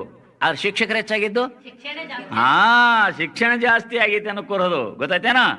ಆದ್ದರಿಂದ ಈ ರೀತಿ ಜಗತ್ತಿನ ಎಲ್ಲಾ ವ್ಯವಹಾರವನ್ನ ಮಾಡಬೇಕಾದ್ರೆ, ಲೌಕಿಕ ಯಾವುದೇ ವ್ಯವಹಾರದಲ್ಲಿ ಕುರುಹು ಬೇಕೇ ಬೇಕು. ಕುರುಹು ಇಲ್ಲದೆ ಅರಿವು ಸಾಧ್ಯವೇ ಇಲ್ಲ. V cannot speak without symbols, V cannot think without symbols. Words are nothing but symbols. ನಾ ಮಾತಾಡೋ ಶಬ್ದಗಳು ಅವು ಕುರುಹು ಅದಾವು. ಅದರಿಂದ ಕುರು ಬೇಡ ಅಂತಕ್ಕಂಥ ಒಂದು ವಾದ ಇವತ್ತೈತಿ. ಕೆಲವು ಜನ ಹಿಂದೂಗಳು ಕೆಲವರು ಕುರುಬೇಡ ಅನ್ನೋಂಥವ್ರು ಅದಾರ, ಕುರು ಹಾಕಬೇಕು, ಸಾಕಾರ ಪೂಜೆ ಹಾಕಬೇಕು ಅನ್ನೋರು ಅದಾರ. ಇನ್ನು ಕೆಲವು ಸುಧಾರಣಾ ಧರ್ಮಗಳಾಗಿರ್ತಕ್ಕಂಥವು ಕೆಲವು ಅದಾವ, ಅವರೇ ಕುರು ಬೇಡ ಸಾಕಾರ ಬೇಡ ಅಂತಕ್ಕಂಥವ್ರು ಅದಾರ. ಆರ್ಯ ಸಮಾಜ, ಬ್ರಹ್ಮ ಸಮಾಜ, ಪ್ರಾರ್ಥನಾ ಸಮಾಜ, ಮತ್ತಿನ್ನು ಇವು ಹೊಸ ಕಲ್ಟ್ಸ್ಗಳನ್ನು ತೆರ್ಕೊಂಡು ಬಂದವ, ಅದೇ ಕುರು ಬೇಡ ಅಂತ ಹೇಳ್ತಾರೆ. ನಾ ಹೇಳ್ತೀನಿ, ಕುರು ಇಲ್ಲ ಮಾತಾಡಕ್ಕೆ ಬರೋದಿಲ್ಲ, ಕುರು ಇಲ್ಲದೆ ಯಾವ ವ್ಯವಹಾರನೂ ಮಾಡಕ್ಕೆ ಬರೋದಿಲ್ಲ. ಆದ್ದರಿಂದ ಲೌಕಿಕ ವ್ಯವಹಾರದಲ್ಲಿ ಹೆಂಗೆ ಕುರು ಬೇಕೋ ಹಾಗೆ ಪಾರಲೌಕಿಕ ಜೀವನದಲ್ಲಿ ಕುರುಹು ಬೇಕು. ಅದಕ್ಕೆ ಹೇಳಿದ್ರು, ಅರುಹ ಪೂಜಿಸಲೆಂದು ಕುರುಹು ಕೈಯಲ್ಲಿ ಕೊಟ್ಟನು ಶ್ರೀ ಗುರು ಅನ್ನುವಂಥ ಮಾತನ್ನ ನಾವು ಬಹಳ ಸುಲಭವಾಗಿ ತಿಳಿದುಕೊಳ್ಬಹುದು. ಇಲ್ಲಿ ಒಂದು ಮಾತು, ಸಾಕಾರದಿಂದಲೇ ನಿರಾಕಾರ, ಸಾಕಾರ ಇಲ್ಲದೆ ನಿರಾಕಾರ ಸಾಧ್ಯವಿಲ್ಲ. ಉದಾಹರಣೆ ಕೊಡ್ತೀನಿ ನಿಮಗೆ. ವಾತ್ಸಲ್ಯ ನಿರಾಕಾರ, ವಾತ್ಸಲ್ಯ ಏನದ ನಿರಾಕಾರ, ಪ್ರೀತಿ ಅನ್ನೋದು ನಿರಾಕಾರದ. ಪ್ರೀತಿ ತೋರಿಸ್ರಿ ಅಂದ್ರೆ ಕರ್ಗದ, ಕೆಂಪಗದ, ಬೆಳಗದ, ಹೆಂಗದ ತೋರಿಸ್ರಿ ಅಂದ್ರೆ ಯಾರಿಗೆ ತೋರ್ಸಕ್ ಬರಂಗಿಲ್ಲ. ಆದ್ರೆ ತಾಯಿ ಮಗುವನ್ನು ಎತ್ಕೊಂಡು ಮುದ್ದು ಕೊಡ್ತಾಳೆ, ಮುದ್ದು ಸಾಕಾರ. ವಾತ್ಸಲ್ಯ ನಿರಾಕಾರ, ದಯಾ ನಿರಾಕಾರ, ಸೇವೆ ಸಾಕಾರ. ದಯಾ ಅಂದ್ರೆ ಒಣ ದಯವೇ ಧರ್ಮದ ಮೂಲ ಅಂತ ಹೇಳೋದು. ಒಣ ಏನು ಇನ್ನೊಬ್ರಿಗೆ ಕಷ್ಟದಲ್ಲಿ ಸಹಾಯ ಮಾಡೋದಲ್ಲ ಬಿಡದಿದ್ರೆ ಅದಕ್ಕೇನಂತಾರ, ಅದಕ್ಕೆ ಅರ್ಥವಿಲ್ಲ. ದಯಾ ನಿರಾಕಾರವಾಗಿದ್ರು ಸೇವೆ ಮಾಡ್ತಕ್ಕಂಥದ್ದು ಏನದೋ ಅದು ಸಾಕಾರದಲ್ಲಿ ವ್ಯಕ್ತವಾಗಬೇಕು. ಈಗ ಭಕ್ತಿ ಏನದ ನಿರಾಕಾರದ. ನಾ ಭಾಳ ಗುರು ಮೇಲೆ ಭಕ್ತಿ ಅಂದ್ರೆ ಗುರುಗಳು ಸೇವೆ ಮಾಡಂಗಿಲ್ಲ, ಗುರುಗಳಿಗೆ ನಮಸ್ಕಾರ ಮಾಡಲ್ಲ, ಗುರುಗಳು ಬಂದ್ರೆ ಎದ್ದು ನಿಲ್ಲೋದಿಲ್ಲ, ಒಂದು ತುತ್ತು ಅನ್ನನೂ ಕೊಡೋದಿಲ್ಲ, ಅದೇಂತ ಭಕ್ತಿ? ಭಕ್ತಿ ಅಂತಂದ್ರೆ ಅದು ಸಾಕಾರದಲ್ಲಿ ವ್ಯಕ್ತವಾಗಬೇಕು. ನಾವು ಗುರುಗಳ ಮೇಲೆ ಭಕ್ತಿ ಅಂತಂದ್ರೆ ಪೂಜೆ ಮಾಡಬೇಕು ಅಥವಾ ನಮಸ್ಕಾರ ಮಾಡಬೇಕು, ಏನಾರ ಒಂದು ರೀತಿಯಿಂದ ನಾವು ಅಭಿವ್ಯಕ್ತಿ ಮಾಡಬೇಕಿಲ್ಲ ನಮ್ಮ ಭಕ್ತಿಯನ್ನು. ಅದಕ್ಕಾಗಿ ಅರ್ಚನೆ ಸಾಕಾರ, ಭಕ್ತಿ ನಿರಾಕಾರ. ಒಮ್ಮೆ ಒಂದು ಪ್ರಸಂಗ ಬಂತು. ಈ ಆರ್ಯ ಸಮಾಜದವರಿಗೆ ನಮಗೆ ಒಂದು ವಾದ ವಿವಾದ ನಡೀತು ಹೈದರಾಬಾದ್ ಹತ್ರ. ಅಲ್ಲಿ ಒಂದು ಪ್ರಸಂಗ ಬಂತು, ಅವರು ದೇವರನ್ನ ಯಾವುದೇ ರೂಪದಲ್ಲಿ ಪೂಜಿಸಬಾರದು, ಸಾಕಾರ ಒಪ್ಪಬಾರದು, ಸಾಕಾರ ಮನ್ನಿಸಬಾರ್ದು ಅಂತಕ್ಕಂಥ ಒಂದು ವಾದ. ದಯಾನಂದ ಸರಸ್ವತಿ ಅನುಯಾಯಿಗಳು ಆ ಮಾತನ್ನು ಇವತ್ತಿಗೂ ಹೇಳ್ತಾರೆ, ಅವರು ಹೇಳಿದ್ರು, ಇವತ್ತೆಲ್ಲ ಹೇಳ್ತಾರೆ. ನಾನು ಹೇಳಿದೆ ಹಿಂಗೆ ವಾದ ವಿವಾದ ಮಾಡ್ತಾ ಇದ್ವಿ. ಅವಾಗ ಅವರೊಂದು ಪುಸ್ತಕವನ್ನು ಅವ್ರ ಬೈಬಲ್ ಅಂತ ತಿಳ್ಕೊಂಡು ಓದ್ತಿರ್ತಾರೆ, ಸತ್ಯಾರ್ಥ ಪ್ರಕಾಶಿಕೆ ಅಂತ. ಆ ಸತ್ಯಾರ್ಥ ಪ್ರಕಾಶಿಕೆ ಪುಸ್ತಕವನ್ನು ಅವ್ರು ಇಟ್ಕೊಂಡಿದ್ರು. ಇದೇನ್ರಿ ಅಂತ ಕೇಳಿದೆ. ಸತ್ಯಾರ್ಥ ಪ್ರಕಾಶಿಕೆ ಅಂತ ಹೇಳಿದ್ರು. ಇದ್ರ ಏನೈತ್ರಿ ಅಂತ ಕೇಳಿದೆ. ಜ್ಞಾನ ಐತಿ ಅಂದ್ರು. ಜ್ಞಾನ ಹೆಂಗೈತಿ ತೋರಿಸ್ರಿ ಅಂತ. ಜ್ಞಾನ ಹೆಂಗೆ ತೋರ್ಸಕ್ ಬರ್ತದ್ರಿ ಅಂದ್ರು. ಹಂಗಾರ ಇದೇನದು ಪುಸ್ತಕ ಸಾಕಾರ ಹೌದಲ್ಲೋ ಅಂದ್ರೆ ಹೌದು ಸಾಕಾರ. ಹಂಗಾರ ಸಾಕಾರವಾದ ಪುಸ್ತಕದಿಂದ ನಿರಾಕಾರವಾದ ಜ್ಞಾನವನ್ನು ಹೆಂಗೆ ಪಡ್ಕೋಬೇಕೋ ಹಾಗೆ ಸಾಕಾರವಾಗಿರ್ತಕ್ಕಂಥ ಉಪಾಸ್ಯ ವಸ್ತುವೇ ನಿರಾಕಾರ ದೇವನನ್ನು ಪಡಿಬೇಕು ಅಂತ. ಸಾಕಾರ ಇಲ್ಲ ನಿರಾಕಾರ ಸಾಧ್ಯವೇ ಇಲ್ಲ. ಸಾಕಾರ ಅಂದರೆ ನಿರಾಕಾರ. ಹೀಗೆ ಪುಸ್ತಕ ಸಾಕಾರ, ಅರ್ಥ ನಿರಾಕಾರ, ಭಾವ ನಿರಾಕಾರ, ಭಾಷೆ ಸಾಕಾರ. ಈಗ ಬಿಂದು ಮತ್ತು ರೇಖೆ ಈ ವ್ಯಾಖ್ಯಾನವನ್ನು ನಾನು ನಿಮ್ಗೆ ಕೇಳ್ಬೋದು. ಬಿಂದು ಅಂದ್ರೆ ಏನಪ್ಪಾ ನೀವು ಹೇಳ್ತೀರಿ. ಬಿಂದು ಅಂದ್ರೆ ಏನು? ಸ್ಥಾನ ಮಾತ್ರವಿದ್ದೋ ಉದ್ದಾಗಲ ಪಿಂಡ ಇಲ್ಲುವುದು ಯಾವುದೋ ಅದು ಬಿಂದು ಅಂತ ಹೇಳ್ತೀರಿ. ಈಗ ತೋರ್ಸಪ್ಪ ಅಂದ, ಚೆನ್ನಪ್ಪ ತೋರಿಸ್ದ. ಏನ್ ತೋರಿಸಿದ? ಒಂದು ಈ ರೀತಿಯಲ್ಲಿ ಇದನ್ನು ತೋರ್ಸ್ಯಾನ, ನೋಡಿಲಿ ತೋರ್ಸ್ಯಾನಲ್ಲ. ಆದ್ರೆ ಇದಕ್ಕೊಂದು ಚುಕ್ಕೆ ಅಂತ ಏನು ತೋರ್ಸ್ಯಾನ, ಇದರಲ್ಲಿ ಸ್ವಲ್ಪ ಉದ್ದ ಅಗಲ ಐತಿ. ಆದ್ರಿಂದ ವ್ಯಾಖ್ಯಾನದ ಪ್ರಕಾರ ಇದು ಬಿಂದು ಅಲ್ಲ, ಇದು ಬಿಂದುವಿನ ಸಾಕಾರ. ಇದು ರೇಖೆ ಅಂತ ತೋರಿಸಿದ್ದಾನೆ, ಇದು ರೇಖೆ ಅಲ್ಲ, ರೇಖೆ ಸಾಕಾರ.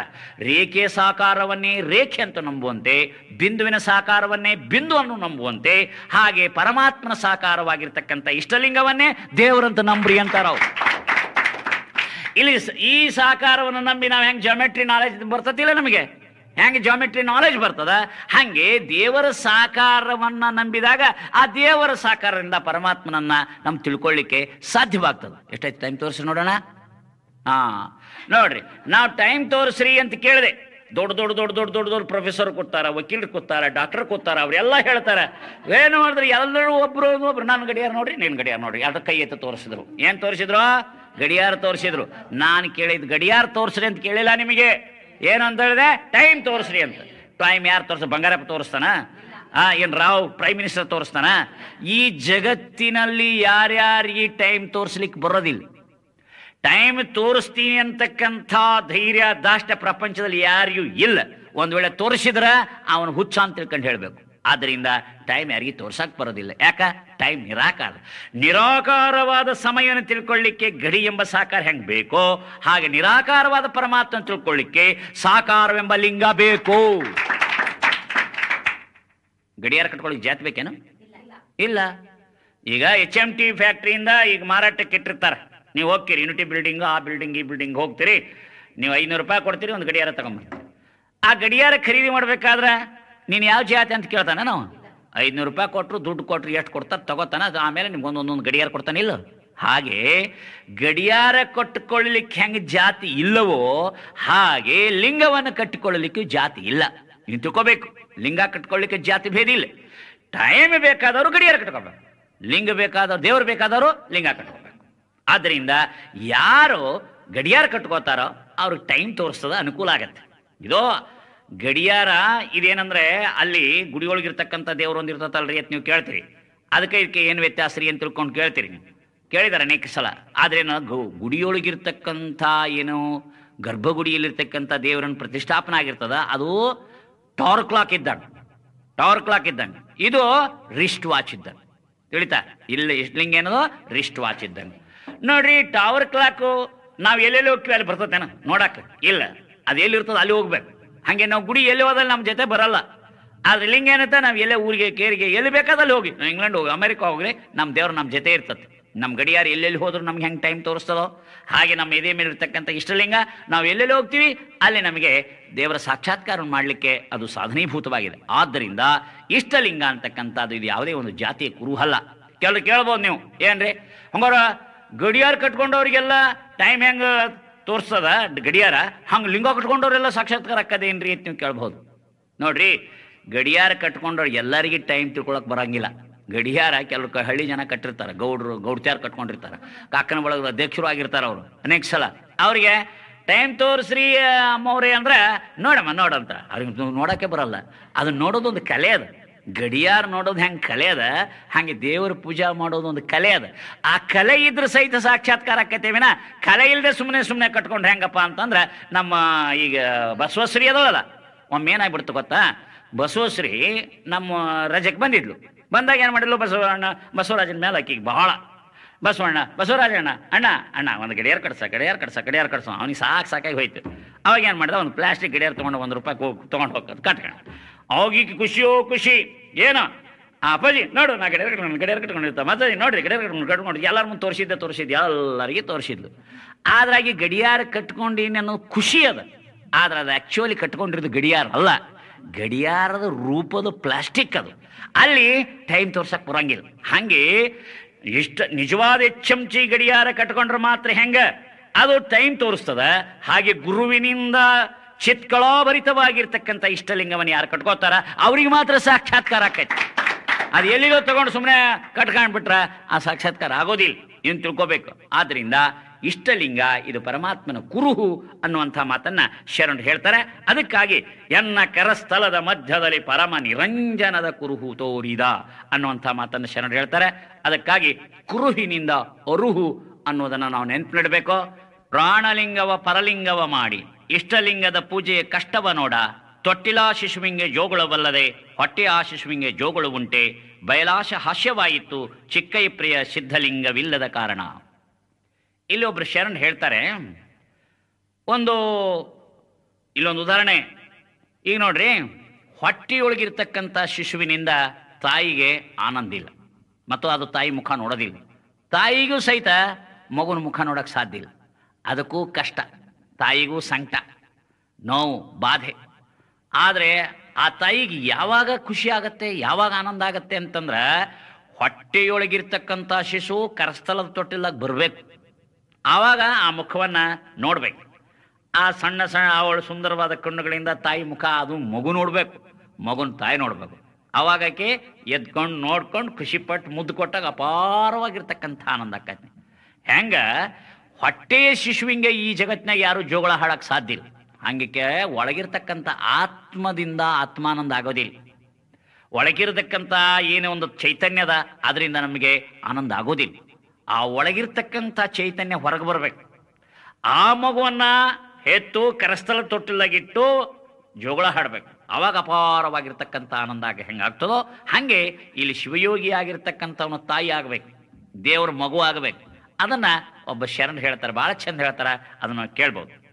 ನೋಡಿರೇ ನೋಡಿರೇ ಒಂದು ವಿಚಿತ್ರವ, ಶಿಷ್ಯನೆಂಬ ಹೆಂಡತಿಯ ಶ್ರೀ ಗುರುವೆಂಬ ಗಂಡನು, ಹಸ್ತಮಸ್ತಕ ಸಂಯೋಗವೆಂಬ ಕೂಟವ ಕೂಡಲು ಷಡಕ್ಷರ ಮಂತ್ರವೆಂಬ ವೀರ್ಯವು ಚಲನೆಯಾಗಿ ಆ ಶಿಷ್ಯನೆಂಬ ಹೆಂಡತಿಯ ಕರ್ಣವೆಂಬ ಗರ್ಭ ಪ್ರವೇಶಿಸಲು ಮನಬಸುರಾಗಿ ಕಂಗಳೆಂಬ ಯೋನಿಯಲ್ಲಿ ಲಿಂಗವೆಂಬ ಮಗನ ಹಡೆದು ಅಂಗೈಯೆಂಬ ತೊಟ್ಟಿಲಲ್ಲಿಕ್ಕಿ ಮಂಗಳಸೂತ್ರವೆಂಬ ಜೋಗುಳವ ಹಾಡಿ ಅಖಂಡೇಶ್ವರನೆಂಬ ಹೆಸರಿಟ್ಟರು ನೋಡ. ಇದು ಕಾರಣ, ನೀವೀಗ ಮಗನಾದಿರಿ, ನಾ ನಿಮಗೆ ತಾಯಿಯಾದೆನೆಯ ಅಖಂಡೇಶ್ವರ. ಇಲ್ಲಿ ಷಣ್ಮುಖ ಶಿವಯೋಗಿ ಹೇಳ್ತಾರೆ, ಲೌಕಿಕವಾಗಿರ್ತಕ್ಕಂಥ ದೃಷ್ಟಾಂತ ಇದೆಲ್ಲರಿಗೂ ಗೊತ್ತಿರತಕ್ಕಂಥದ್ದು. ಇಲ್ಲಿ ಗುರು ಶಿಷ್ಯರ ಸಂಬಂಧವನ್ನು ಎಷ್ಟು ಸುಂದರವಾಗಿ ಹೇಳ್ತಾರೆ ಅಂದ್ರೆ, ನೋಡಿರಿ ನೋಡಿರಿ ಒಂದು ವಿಚಿತ್ರವ, ವಿಚಿತ್ರ ನೋಡ್ರಂತ. ಶಿಷ್ಯನೆಂಬ ಹೆಂಡತಿ, ಶ್ರೀ ಗುರುವೆಂಬ ಗಂಡ, ಹಸ್ತಮಸ್ತಕ ಸಂಯೋಗ ಎಂಬುದೇ ಕೂಟ. ಈ ಕೂಟದಲ್ಲಿ ಷಡಕ್ಷರ ಮಂತ್ರವೆಂಬುದು ವೀರಿ ಚಲನೆಯಾಗ್ತದೆ. ಶಿಷ್ಯನ ಕರ್ಣವೆಂಬ ಗರ್ಭ ಪ್ರವೇಶವಾಗ್ತದೆ. ಆವಾಗ ಮನಬಸುರ ಆಗ್ತದೆ. ಎಂಥ ಘನವಾಗಿರ್ತಕ್ಕಂಥ ಮನಬಸುರಾಗಿ ಅನ್ನುವಂಥ ಮಾತು ಬಹಳ ಘನವಾಗಿರ್ತಕ್ಕಂಥ ಮಾತು. ಮೈಂಡ್ ಬಿಕಮ್ಸ್ ಸೂಪರ್ ಮೈಂಡ್, ಘನ ಮನ ಅಂತ ತಿಳ್ಕೊಂಡು ಹೇಳ್ತಾರೆ. ಅರವಿಂದರೇನು ಸೂಪರ್ ಮೈಂಡ್ ಅಂತ ಹೇಳ್ತಾರೆ. ಆವಾಗ ಮನ ಬಸುರಾಗಿ ಕಂಗಳೆಂಬ ಯೋನಿಯಲ್ಲಿ ಲಿಂಗವೆಂಬ ಮಗನ ಹಡೆದು, ಲಿಂಗವೆಂಬ ಮಗನ ಹಡೆದು ಕರಸ್ಥಲದ ತೊಟ್ಟಿಲಲ್ಲಿ ಇಟ್ಕೊಂಡು ಮಂಗಳಸೂತ್ರವೆಂಬ ಜೋಗಳು ಹಾಡ್ತಾರೆ. ಆದ್ದರಿಂದ ಇಲ್ಲಿ ಶಿವಯೋಗಿ ಏನಾಗಿದ್ದಾರೆ? ತಾಯಿಯಾಗಿದ್ದಾರೆ. ತಾಯಿಯಾದವರಿಗೆ ಮಗುವಿನ ಮುದ್ದು ಮುಖವನ್ನು ನೋಡಿ ಆ ಸುಖ ಅಲಾಲನೆ ಪಾಲನೆ ಮಾಡೋದ್ರಲ್ಲಿ ಆಗುವ ಆನಂದ ಬಂಜಿಗೇನು ಗೊತ್ತು? ಬಂಜಿಗೇನು ಗೊತ್ತಾಕತ್ತೆ? ಆ ಮಕ್ಕಳ ಸುಖ ಬಂಜಿಗೆ ಗೊತ್ತಾಗಕ್ಕೆ ಸಾಧ್ಯ ಇಲ್ಲ. ಹಾಗೆ ಆ ತಾಯಿಗೆ ಹೆಂಗ ಆ ಮಗುವಿನ ಸುಖ ಆನಂದ ಗೊತ್ತಾಗ್ತದೆ, ಆ ವಾತ್ಸಲ್ಯ, ಆ ಒಂದು ಆನಂದ ಹೆಂಗೆ ಪಡೀತಾರೋ ಅದರಂತೆ ಇಲ್ಲಿ ನಾವು ದೇವರಿಗೆ ತಾಯಿಯಾಗಿ ಈ ದೇವನನ್ನ ಕರಸ್ಥಲದ ತೊಟ್ಟಿಲದೊಳಗಿಟ್ಟು ಇಷ್ಟಲಿಂಗ ರೂಪ ಎಂಬ ಮಗನನ್ನ ಅದನ್ನು ನೋಡಿ ಲಿಂಗಾಂಗ ಸಾಮರಸ್ಯದ ಅನೇಕ ವಚನಗಳನ್ನ, ಹಾಡುಗಳನ್ನ ಮಂಗಳಸೂತ್ರ ಈ ಹಾಡ್ತಾ ಇದ್ರೆ ಅಪಾರವಾಗಿರ್ತಕ್ಕಂಥ ಲಿಂಗಾಂಗ ಸಾಮರಸ್ಯ ಅಂತಕ್ಕಂಥ ಒಂದು ಅಪಾರವಾದ ಆನಂದ ಆಗ್ತದೆ. ಆನಂದವನ್ನು ಪಡೆಯುವುದೇ ಶಿವಯೋಗದ ಗುರಿ. ಇಲ್ಲಿ ಅವರು ಆನಂದ ಪಡೆದಾರ, ಆನಂದ ಪಟ್ಟು ಈ ರೀತಿಯಲ್ಲಿ ಹೇಳ್ತಾರೆ. ಅದಕ್ಕಾಗಿ ಇನ್ನೊಂದು ಪ್ರಶ್ನೆ ಕೇಳ್ತಾರೆ, ಏನಪ್ಪ ಒಳಗ ಆತ್ಮಲಿಂಗವಾಗಿ ಇಷ್ಟಲಿಂಗ ಯಾಕೆ ಬೇಕ್ರಿ ಅಂತ ಕೇಳ್ತಾರೆ. ನಾ ಹೇಳಿದೆ, ಒಳಗ ಆತ್ಮಲಿಂಗ ಇದ್ರೆ ಭೌರೋಗ ಹೋಗೋದಿಲ್ಲ.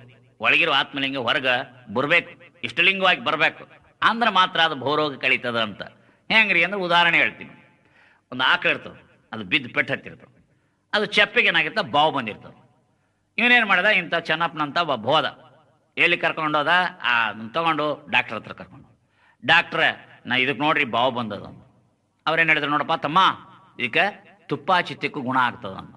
ನೀವು ಚೆನ್ನಪ್ಪ ಏನು ಹೇಳ್ಬೇಕು, ತುಪ್ಪ ಹಚ್ಚಿದ್ರೆ ಗುಣ ಆಗ್ತದ ಅಂತ ತಿಳ್ಕೊಂಡು ಹೇಳಿದ್ರೆ ತುಪ್ಪ ಹಚ್ಬೇಕಿಲ್ಲ? ಇಲ್ಲ, ಆಕಳು ಹೊಟ್ಟೆಗೆ ಹಾಲದ, ಹಾಲಿನಲ್ಲಿ ಬೆಣ್ಣೆ ಅದ, ಬೆಣ್ಣೆ ಒಳಗೆ ತುಪ್ಪದ, ಗುಣ ಆಗಲಿ ಅಂದ. ಆಕೈತೇನ? ಆಗೋದಿಲ್ಲ. ಆಕಳು ಹೊಟ್ಟೆಯೊಳಗಿರೋ ಹಾಲನ್ನು ಹಿಂಡ್ಕೋಬೇಕು. ಆ ಹಾಲನ್ನು ಸಂಸ್ಕಾರ ಮಾಡಿ, ಬೆಣ್ಣೆ ಮಾಡಿ, ತುಪ್ಪ ಮಾಡಿ, ಆ ತುಪ್ಪವನ್ನು ತೆಗೆದುಕೊಂಡು ಆ ಕಾಲಿಗೆ ಬಾವಿಗೆ ಹಚ್ಚಿದ್ರ ಏನಾಗತ್ತೆ? ಅದು ವಾಶ. ಒಳಗಿರ್ತಕ್ಕಂಥ ರಕ್ತದೊಳಗಿರುವ ಹಾಲು, ಆ ಹಾಲಿನಲ್ಲಿರುವ ಬೆಣ್ಣೆ, ಆ ಬೆಣ್ಣೆಯೊಳಗಿರುವ ತುಪ್ಪ, ಅದರಿಂದ ಈ ರೋಗ ಗುಣ ಆಗ್ಲಿಕ್ಕೆ ಸಾಧ್ಯ ಇಲ್ಲ. ಹಾಗೆ ಈ ದೇಹದಲ್ಲಿರುವ ದೇಹಿ, ಶರೀರದಲ್ಲಿರುವ ಆತ್ಮ, ಈ ಪಿಂಡಾಂಡದಲ್ಲಿರ್ತಕ್ಕಂಥ ಚೈತನ್ಯ ಒಳಗಿದ್ರೂ ಸಹಿತ ಅದು ಆತ್ಮಾನಂದ, ಬ್ರಹ್ಮಾನಂದ, ಲಿಂಗಾನಂದ ಆಗೋದಿಲ್ಲ. ಅದೇನಾಗಬೇಕು? ಹೊರಗೆ ಸಂಸ್ಕರಿಸಿ ಹೊರಗೆ ಬಂದಾಗ ಈ ಭವರೋಗ ಅಂತಕ್ಕಂಥ ರೋಗವನ್ನು ಅದು ವಾಶ್ ಮಾಡ್ತದೆ ಅಂತ ಹೇಳ್ತಾರೆ.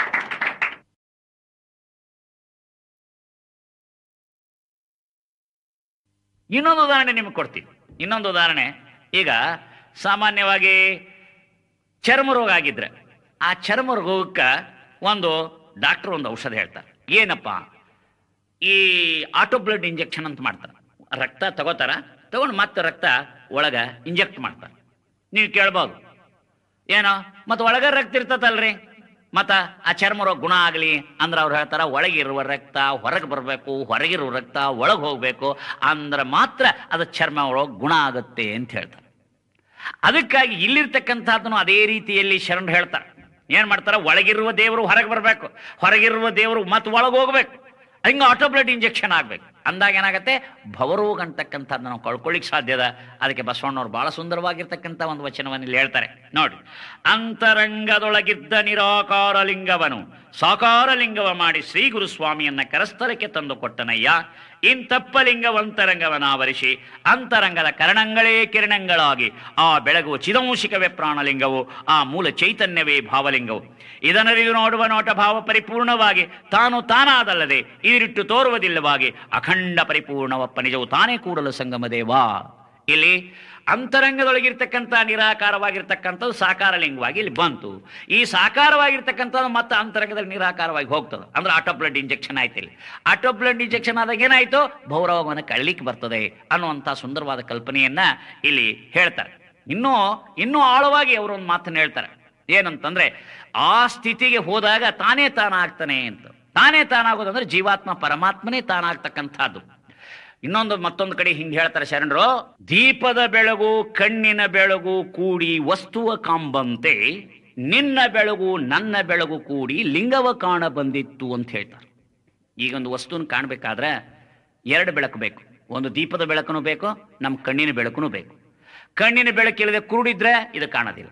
ಹೋಗ್ಲಿ, ನಮ್ಮ ಕಣ್ಣದಾವ್, ಆ ದೀಪದ ಬೆಳಕಿದ್ರು ಕಾಣೋದಿಲ್ಲ. ಅವೆರಡೂ ಬೆಳಕು ಹೆಂಗ ಅವಶ್ಯವಾಗಿ ಬೇಕೋ ಹಾಗೆ ಪರಮಾತ್ಮ ಅಂತಕ್ಕಂಥ ಒಂದು ವಸ್ತುವಿನ ಲಿಂಗವನ್ನು ಪರಂಜ್ಯೋತಿಯನ್ನು ನಾವು ಕಾಣಬೇಕಾದ್ರೂ ಸಹಿತ ಅದಕ್ಕೆ ಎರಡು ಬೆಳಕು ಬೇಕು ಅಂತ ಹೇಳ್ತಾರೆ. ಹೆಂಗ, ಈಗ ನೋಡ್ರಿ, ಈ ದೀಪವನ್ನು ನೋಡ್ಬೇಕಾದ್ರೆ ಕಣ್ಣಿನ ಬೆಳಕು ಬೇಕು, ಆ ದೀಪದ ಬೆಳಕು ಬೇಕು. ಅದರಿಂದ ದೀಪ್ತಿ, ಕಣ್ಣಿನ ಬೆಳಗು ಪ್ಲಸ್ ದೀಪ್ತಿ ಈಸ್ ಈಕ್ವಲ್ ಟು ದೀಪ. ಹಾಗೆ ಪರಂಜ್ಯೋತಿ ಪರಮಾತ್ಮ ಅನ್ನುವಂಥ ದೀಪವನ್ನು ನೋಡ್ಬೇಕಾದ್ರೆ ಪರಂಜ್ಯೋತಿಯೊಡನೆ ಅವಿನಾಭಾವ ಸಂಬಂಧ ಇರ್ತಕ್ಕಂಥ ಚಿಜ್ಯೋತಿಯನ್ನು ದೀಪ್ತಿನೂ ಬೇಕು, ಮತ್ತು ನೀನು ಕರುಣಿಸಿಕೊಟ್ಟಿರತಕ್ಕಂಥ ಕರಸ್ಥಲದ ಜ್ಯೋತಿ ಎನ್ನುವ ಇಷ್ಟಲಿಂಗವೂ ಬೇಕು. ಇಷ್ಟಲಿಂಗ ಇದು ಕಣ್ಣಿದ್ದ ಹಾಗೆ, ಚಿಜ್ಯೋತಿ ದೀಪ್ತಿ ಇದ್ದ ಹಾಗೆ, ಪರಂಜ್ಯೋತಿ ದೀಪವಿದ್ದ ಹಾಗೆ. ಅರ್ಥಾತ್ ಪರಾತ್ಪರ ವಸ್ತು ಪರಮಾತ್ಮ ಅನ್ನೋ ಪರಂಜ್ಯೋತಿಯನ್ನು ನಾವು ಕಾಣಬೇಕಾದ್ರೆ ಚಿಜ್ಯೋತಿ ಮತ್ತು ಕರಸ್ಥಲದ ಜ್ಯೋತಿ ಎರಡೂ ಅವಶ್ಯವಾಗಿ ಬೇಕು. ಅದಕ್ಕಾಗಿ ಕರಸ್ಥಲದ ಜ್ಯೋತಿಯಿಂದ ಚಿಜ್ಯೋತಿಯ ಮುಖಾಂತರವಾಗಿ ಪರಂಜ್ಯೋತಿಯನ್ನು ನಾವು ಅರಿತಾಗ ಅವಾಗ ಏನಾಗ್ತದೆ, ತಾನೇ ತಾನಾಗ್ತದೆ, ತ್ರಿಪುಟಿ ಅಳಿದು ಹೋಗ್ತದೆ. ಅಖಂಡ ಪರಿಪೂರ್ಣವಪ್ಪ ನಿಜವು ತಾನೇ ಕೂಡಲ ಸಂಗಮ ದೇವ ಅನ್ನುವ ಅದ್ಭುತವಾಗಿರ್ತಕ್ಕಂಥ ಶಿವಾನುಭವವನ್ನ, ಆ ಲಿಂಗಾಂಗ ಸಾಮರಸ್ಯದ ಸುಖವನ್ನ ಇಲ್ಲಿ ಬಸವಣ್ಣನವರು ಹೇಳ್ತಾರೆ. ಆದ್ದರಿಂದ ಅದು ನಮ್ಮ ಜೀವನದ ಗುರಿಯಾಗಬೇಕು. ಪರಾತ್ಪರ ವಸ್ತುವನ್ನು ಒಡವೆರೆದು ಒಂದಾಗುವುದೇ ಜೀವನದ ಗುರಿಯಾಗಬೇಕು. ಆ ಗುರಿಯಡೆಗೆ ಕರೆದುಕೊಂಡು ಹೋಗತಕ್ಕಂಥದ್ದು ಯಾವುದರಿ ಅಂತಂದ್ರೆ ಈ ಶಿವಯೋಗ ಅನ್ನುವಂಥದ್ದು ಒಂದು ಟ್ರೈನ್. ಇದೇನೋ ಶಿವಯೋಗ ಅನ್ನೋದು ಒಂದು ಟ್ರೈನ್. ಬಸವಣ್ಣ ಅಂತ ಒಬ್ಬ ಯೋಗ ವಿಜ್ಞಾನಿ ಈ ಶಿವಯೋಗ ಅನ್ನುವಂಥ ಟ್ರೈನ್ ಕಂಡು ಹಿಡಿದ. ಯಾವನೋ ಟ್ರೈನ್ ಕಂಡು ಹಿಡಿದವ ಯಾರು? ಸ್ಟಿವೆನ್ಸನ್. ಸ್ಟಿವೆನ್ಸನ್ ಕಂಡು ಹಿಡಿದಾಗ ಅವನ ಉದ್ದೇಶ ಏನಿತ್ತೋ, ಬರೀ ತನ್ನ ಜಾತಿಯವ್ರು ಹತ್ಬೇಕಂತ ಇತ್ತೇನೋ. ಎಲ್ಲ ಜಗತ್ತಿನ ಮಾನವರೆಲ್ಲ ಇದ್ರ ಮೇಲೆ ಹತ್ಕೊಂಡು ಹೋಗ್ಲಿ, ಇದು ಎಲ್ಲರಿಗೂ ಉಪಯೋಗ ಆಗಲಿ ಅಂತ ತಿಳ್ಕೊಂಡು ಹೆಂಗೆ ಒಂದು ಟ್ರೈನ್ ಕಂಡುಹಿಡಿದ ಹಾಗೆ ಬಸವಣ್ಣ ಅನ್ನುವಂಥ ಮಹಾಯೋಗ ವಿಜ್ಞಾನಿ ಒಂದು ಶಿವಯೋಗ ಅನ್ನುವಂಥ ಒಂದು ಆಧ್ಯಾತ್ಮಿಕ ಟ್ರೈನನ್ನು ಕಂಡುಹಿಡಿದ. ಕಂಡುಹಿಡಿದಾಗ ಏನಾಯ್ತು, ಇದು ಬೆಂಗಳೂರಿನಿಂದ ಬಾಂಬೆಗೆ ಹೋಗ್ತಕ್ಕಂಥದ್ದು ಒಂದು ಟ್ರೈನ್ ಅಂತ ಇಟ್ಕೊಂಡ್ಬಿಡಿ. ಅವಾಗ ಏನಾಗ್ತದ, ಬೆಂಗಳೂರಿನಿಂದ ಹೋಗ್ಬೇಕಾದ್ರೆ ಬೆಂಗಳೂರು ಸ್ಟೇಷನ್ದಾಗ ಕೆಲವ್ರು ಹತ್ತಿರ್ತಾರೆ, ಮುಂದಿನ ಸ್ಟೇಷನ್ ಮತ್ತೆ ಕೆಲವ್ರು ಹತ್ತಾರೆ. ಹಿಂಗೆ ಒಂದೊಂದು ಸ್ಟೇಷನ್ಗೆ ಬೇರೆ ಬೇರೆ ಬೇರೆ ಜನ ಹೆಂಗೆ ಹತ್ತಾರೋ ಹಾಗೆ ಬಸವಣ್ಣನ ಕಾಲದಲ್ಲಿ ಕೆಲವರು ಈ ಟ್ರೈನ್ ಏರ್ಕೊಂಡು ಕೂತರು. ಯಾರೋ ಶಿವಯೋಗ ಅನ್ನೋ ಟ್ರೈನನ್ನು ತಗೊಂಡು, ಈ ಶಿವಯೋಗ ಅನ್ನುವಂಥ ಟ್ರೈನ್ ಹತ್ತಬೇಕಾದ್ರೆ ಅಲ್ಲಿ ಒಂದು ಟ್ರೈನ್ ಹತ್ಬೇಕಾದ್ರೆ ಟಿಕೆಟ್ ಬೇಕಲ್ಲ. ಆವಾಗ ಈ ಶಿವಯೋಗ ಅನ್ನುವ ಟ್ರೈನನ್ನು ಹತ್ತಿಕೊಂಡು ಹೋಗ್ಬೇಕಾದ್ರೆ ಅವ್ರು ಇಷ್ಟಲಿಂಗ ಅನ್ನುವಂಥ ಒಂದು ಟಿಕೆಟ್ ತಗೋಬೇಕು ಅಂತ ಹೇಳಿದರು. ಗೊತ್ತಾತ? ಅದಕ್ಕೆ ಯಾರ್ಯಾರು ಇಷ್ಟಲಿಂಗನೂ ಟಿಕೆಟ್ ತೊಗೊಂಡಾರು ಒಂದೋ ಸ್ಟೇಷನ್ದಾಗ ತೊಗೊಂಡಿಲ್ಲ, ಬೇರೆ ಬೇರೆ ಬೇರೆ ಸ್ಟೇಷನ್ದಾಗ ಬೇರೆ ಬೇರೆ ಕಾಲದಲ್ಲಿ ಬೇರೆ ಬೇರೆ ಹೆಂಗೆ ತೊಗೊತಾರೋ ಹಾಗೆ ಬಸವಣ್ಣನಿಂದ ಇನ್ನಿವರೆಗೆ ಬೇರೆ ಬೇರೆ ಜನ ಬೇರೆ ಬೇರೆ ಸ್ಟೇಷನ್ ಬೇರೆ ಬೇರೆ ಕಾಲದಲ್ಲಿ ಇಷ್ಟಲಿಂಗವನ್ನು ಕಟ್ಟಿಕೊಂಡು ಇವರು ಸಹ ಪ್ರಯಾಣಿಕರಾಗಿದ್ದಾರೆ. ಮೊದಲು ಕುಳಿತವನು ಪ್ರಯಾಣಿಕನೇ, ನಂತರ ಕುಳಿತವರು ಪ್ರಯಾಣಿಕರೇ, ಅವರೆಲ್ಲರೂ ಪ್ಯಾಸೆಂಜರ್ಸು. ಎಲ್ಲರೂ ಪ್ಯಾಸೆಂಜರ್ಸ್ ಅಂದಾಗ ಶ್ರೇಷ್ಠ ಕನಿಷ್ಠದ ಪ್ರಶ್ನೆ ಇಲ್ಲ. ಅವಾಗ ಹಿಂದೆ ಲಿಂಗನೇ ಕಟ್ಕೊಳ್ಳಿ, ಇವತ್ತೇ ಲಿಂಗ ಕಟ್ಕೊಳ್ಳಿ, ಎಂದೇ ಲಿಂಗ ಕಟ್ಕೊಳ್ಳಿ, ಅದು ಎಲ್ಲರೂ ಸರಿಸಮಾನ್ರೆ. ಈಗ ಒಂದು ನೋಟ್ ಇರ್ತದೆ, ₹100 ನೋಟ್. 1990ರಲ್ಲಿ ಒಂದು ನೋಟ್ ಪ್ರಿಂಟ್ ಆಗಿರ್ತವೆ. ಅದರ ಬೆಲೆ ಎಷ್ಟು? 100 ರೂಪಾಯಿನ. 50ರಲ್ಲಿ ಒಂದು ಪ್ರಿಂಟ್ ಆಗಿರ್ತದೆ, ಅದರ ಬೆಲೆನೂ 100 ರೂಪಾಯಿನ. 91ರಲ್ಲಿ ಒಂದು ಪ್ರಿಂಟ್ ಆಗತ್ತೆ, ಅದರ ಬೆಲೆನ ಎಷ್ಟು? 100 ರೂಪಾಯಿನ. ಹಾಗೆ ಅದು ಮೊದಲಿನ ನೋಟ 101 ರೂಪಾಯಿ, ಇದು ಹಳೆ ನೋಟ. ಕೆಲವ್ರು ಹೇಳ್ತಿರ್ತಾರೆ, ನಾವು ಹಳೆ ಲಿಂಗಾಯತರು, ಮೊದಲು ಲಿಂಗಾಯತರು, ನಾವು ಶ್ರೇಷ್ಠ, ಹಳೆ ಲಿಂಗಾಯತರು, ಮೊದಲು ಲಿಂಗಾಯತರು, ನಾವು ಶ್ರೇಷ್ಠ, ಇವ್ರು ಇತ್ತೀಚೆಗೆ ಲಿಂಗ ಕಟ್ಕೊಂಡವ್ರು, ಇವ್ರಿಗೆ ಅವ್ರೇ ನಮ್ಮ ಬರ್ತದಂತಾರಲ್ಲ, ಅದು ಮೂರ್ಖತನ. ಹೊಸ ಲಿಂಗ ಕಟ್ಕೊಂಡವರು ಅದು ಹೊಸ ನೋಟ್ ಇದ್ದಂಗೆ, ಮೊದಲು ಲಿಂಗ ಕಟ್ಕೊಂಡವ್ರು ಅವ್ರು ಹಳಿ ನೋಟ್ ಇದ್ದಂಗೆ. ಬೆಲೆ ಏನೋ ಅದು 100 ರೂಪಾಯಿ, ಇದು 100 ರೂಪಾಯಿ ಇದ್ರೂ ಸಹಿತ ವ್ಯವಹಾರಕ್ಕೆ ನಾವು ಯಾವುದನ್ನು ಹೆಚ್ಚು ಬಯಸ್ತೀವಿ? ಹೊಸ ನೋಟ್.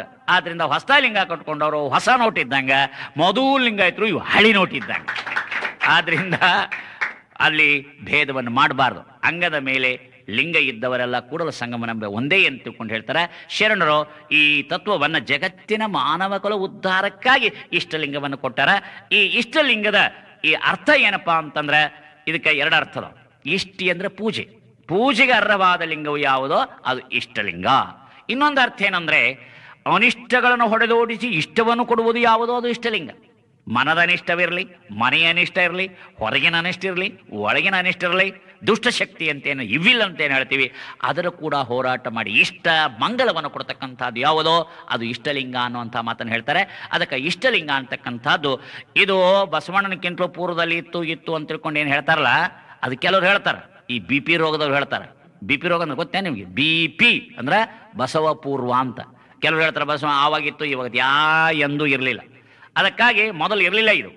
ಇದು ಬಸವಣ್ಣನಿಂದಲೇ ಬಂದಿರತಕ್ಕಂಥದ್ದು ಇಷ್ಟಲಿಂಗ ಅನ್ನೋದೊಂದು ಪುಸ್ತಕನೇ ಬರ್ದಾರ ಮಾತಾಜಿಯವರು, ಸ್ವಯಂಕೃತ ಬಸವಣ್ಣ. ಓದ್ರಿ, ಅದ್ರಾಗ ಸ್ಪಷ್ಟವಾಗಿ ಹೇಳ್ತಾರೆ ಈ ಇಷ್ಟಲಿಂಗವನ್ನು ಕೊಟ್ಟವ್ರು ಯಾರು, ಈ ಇಷ್ಟಲಿಂಗದ ಶಿವಯೋಗದ ಟ್ರೈನ್ ಕಂಡು ಹಿಡಿದವ್ರು ಯಾರು ಅಂತಂದ್ರೆ ಅದು ಬಸವಣ್ಣನೇ ಅನ್ನುವಂಥ ಮಾತನ್ನು. ಅದಕ್ಕೆ ಬಸವನ ಯೋಗದಿಂ ಹಸನಾಯಿತು ಲೋಕ ಅನ್ನುವಂಥದ್ದು ಇಲ್ಲಿ ಸಿದ್ದರಾಮೇಶ್ವರ ಹೇಳ್ತಾರೆ. ಬಸವನು ಕೊಟ್ಟ ಯೋಗ, ಆದ್ರಿಂದ ಬಸವ ಯೋಗ. ಶಿವನನ್ನು ಕೂಡುವ ಪರಮಾತ್ಮನನ್ನು ಕೂಡ್ತಕ್ಕಂಥ ಯೋಗ, ಆದ್ರಿಂದ ಇದು ಶಿವಯೋಗ. ಇದು ಪರಿಪೂರ್ಣವಾದಂಥ ಯೋಗ, ಆದ್ರಿಂದ ಇದು ಪರಿಪೂರ್ಣ ಯೋಗ, ಪೂರ್ಣ ಯೋಗ ಅನ್ನುವಂಥ ಮಾತನ್ನು ಹೇಳ್ತಾರೆ. ಆದ್ದರಿಂದ ಇದು ಯೋಗ ಯಾವುದೇ ಜಾತಿ ಮತಕ್ಕೆ ಸಂಬಂಧಿರ್ತಕ್ಕಂಥದ್ದಲ್ಲ. ಉಳಿದ ಎಲ್ಲ ಯೋಗಗಳಿಗಿಂತಲೂ ಹೆಚ್ಚು ಶ್ರೇಷ್ಠವಾಗಿರ್ತಕ್ಕಂಥ ಸಮನ್ವಯವಾಗಿರ್ತಕ್ಕಂಥ ಯೋಗವನ್ನು ಬಸವಣ್ಣವರು ಕೊಟ್ಟಿದ್ದಾರೆ. ಅದನ್ನು ಇದರಲ್ಲಿ ಭಿನ್ನಾಭಿಪ್ರಾಯ ಇಲ್ಲ. ಇದು ಸರಿಯಾಗಿ ತಿಳ್ಕೋಬೇಕು. ಯಾಕಂದ್ರೆ ಆವಾಗಿತ್ತು ಇವಾಗಿತ್ತು ಅಂತ ಹೇಳ್ತಾರೆ. ಹಣ ಇದ್ದವ್ ಹಣವಂತ, ಗುಣ ಇದ್ದವ್ ಗುಣವಂತ, ಬುದ್ಧಿ ಇದ್ದವ್ ಬುದ್ಧಿವಂತ, ಶೀಲ್ ಇದ್ದವ್ ಶೀಲವಂತ, ಹೆಂಗೋ ಹಾಗೆ ಲಿಂಗ ಇದ್ದವ ಲಿಂಗವಂತ. ಲಿಂಗ ಅಂದ್ರೆ ಏನು? ದೇವರು. ಯಾರು ದೇವರನ್ನ ಒಪ್ಪುತ್ತಾರ, ಆ ದೇವರನ್ನ ಅಪ್ಕೋತಾರ, ಅವ್ರು ಲಿಂಗವಂತ. ಅಂದ್ರೆ ದೇವರನ್ನು ಒಪ್ಪಾರು, ದೇವರನ್ನ ಅಪ್ಕೊಳ್ಳೋರಿಗೆ ಅವ್ರಿಗೇನೊಂದು ಜಾತಿ ಅನ್ನೋದು ಯಾರು ಬೇಕಾದವರು.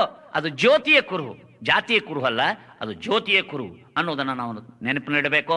ಅದಕ್ಕಾಗಿ ಬಸವಣ್ಣನವರಿಂದಲೇ ಇದು ಪ್ರಾರಂಭವಾಯಿತು. ಅದಕ್ಕೆ ಲಿಂಗವಂತ ಅನ್ನೋ ಶಬ್ದ ಬಹಳ ಅರ್ಥವತ್ತಾದ ಮಾತು ಹೇಳ್ತಾರೆ. ಕೆಲವರು ವೀರಶೈವ ಅಂತೂ ಇದಕ್ಕೆ ಹೇಳ್ತಾರೆ.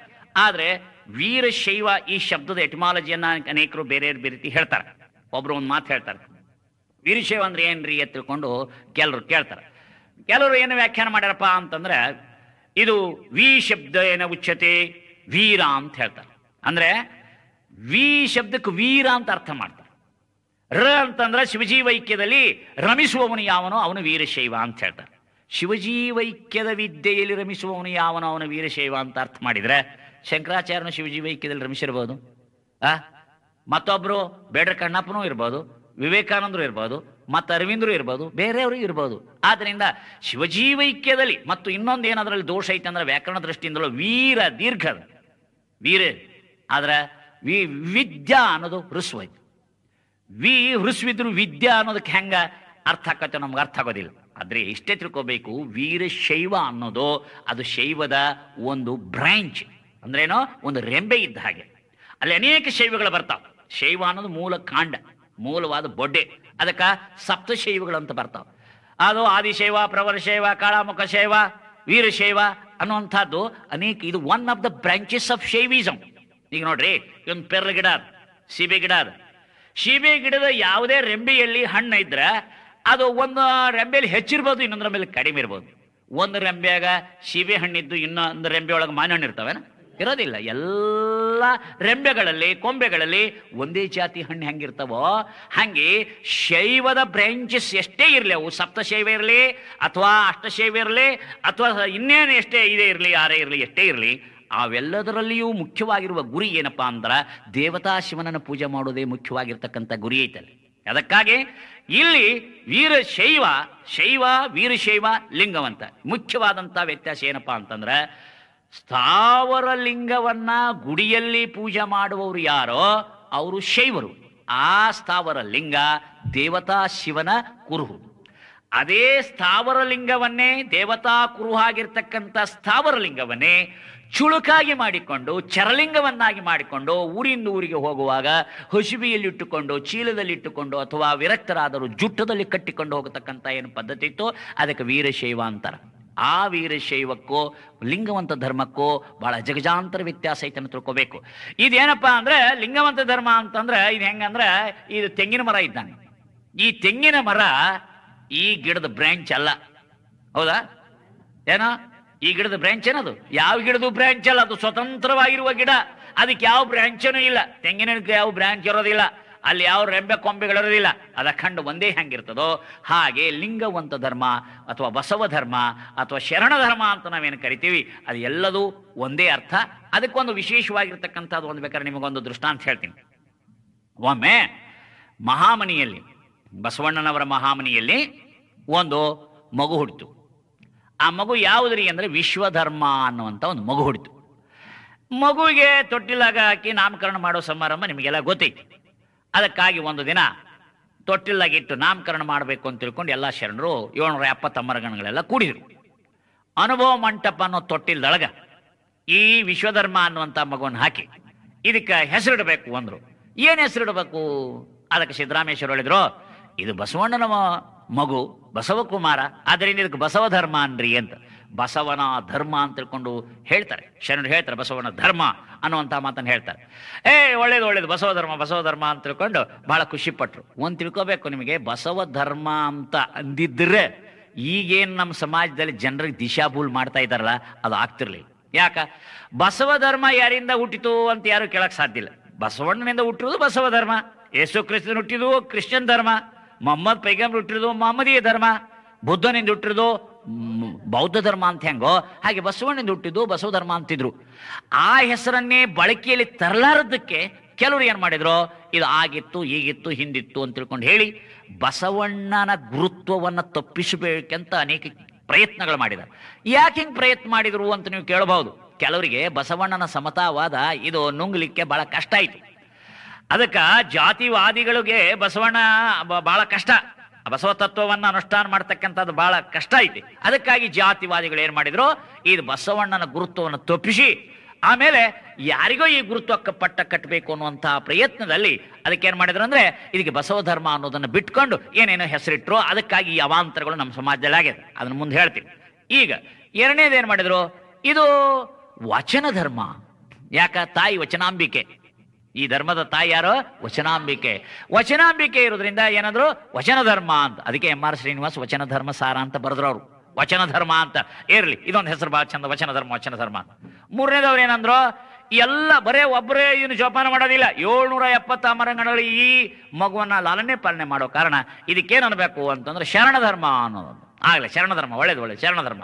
ಆದ್ರೆ ಈ ಧರ್ಮದ ವೈಶಿಷ್ಟ್ಯ ಏನೋ ಲಿಂಗ ಕಟ್ಟಿಕೊಳ್ಳೋದು, ದೇವರನ್ನ ಪೂಜಾ ಮಾಡೋದು, ದೇವರನ್ನ ಲಿಂಗ ರೂಪದಲ್ಲಿ ಪೂಜಾ ಮಾಡತಕ್ಕಂಥ ಧರ್ಮ. ಆದ್ದರಿಂದ ಇದು ಎಂಥ ಧರ್ಮಪ್ಪ ಅಂದ್ರೆ ಲಿಂಗವಂತ ಧರ್ಮ, ಲಿಂಗ ಕಟ್ಟಿಕೊಳ್ಳುವವರ ಧರ್ಮ, ದೇವರನ್ನು ಪೂಜಿಸುವವರ ಧರ್ಮ, ದೇವರನ್ನ ಒಪ್ಪುವವರು, ದೇವರನ್ನ ಅಪ್ಪುವವರು ಅಂತ ತಿಳ್ಕೊಂಡು ಹೇಳ್ತಕ್ಕಂಥ. ಅದಕ್ಕೆ ಲಿಂಗಾಯತ ಅನ್ನೋದು ಇನ್ನೊಂದು ಪದ.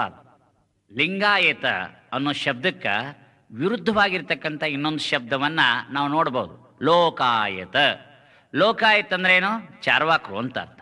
ಲೋಕವನ್ನು ಮಾತ್ರ ನಂಬುವವರು ಅಂದ್ರೆ ಮಟೀರಿಯಲಿಸ್ಟ್ ಅಂತ ನಾವು ಹೇಳ್ತೇವಲ್ಲ, ಆಸ್ತಿಕರು.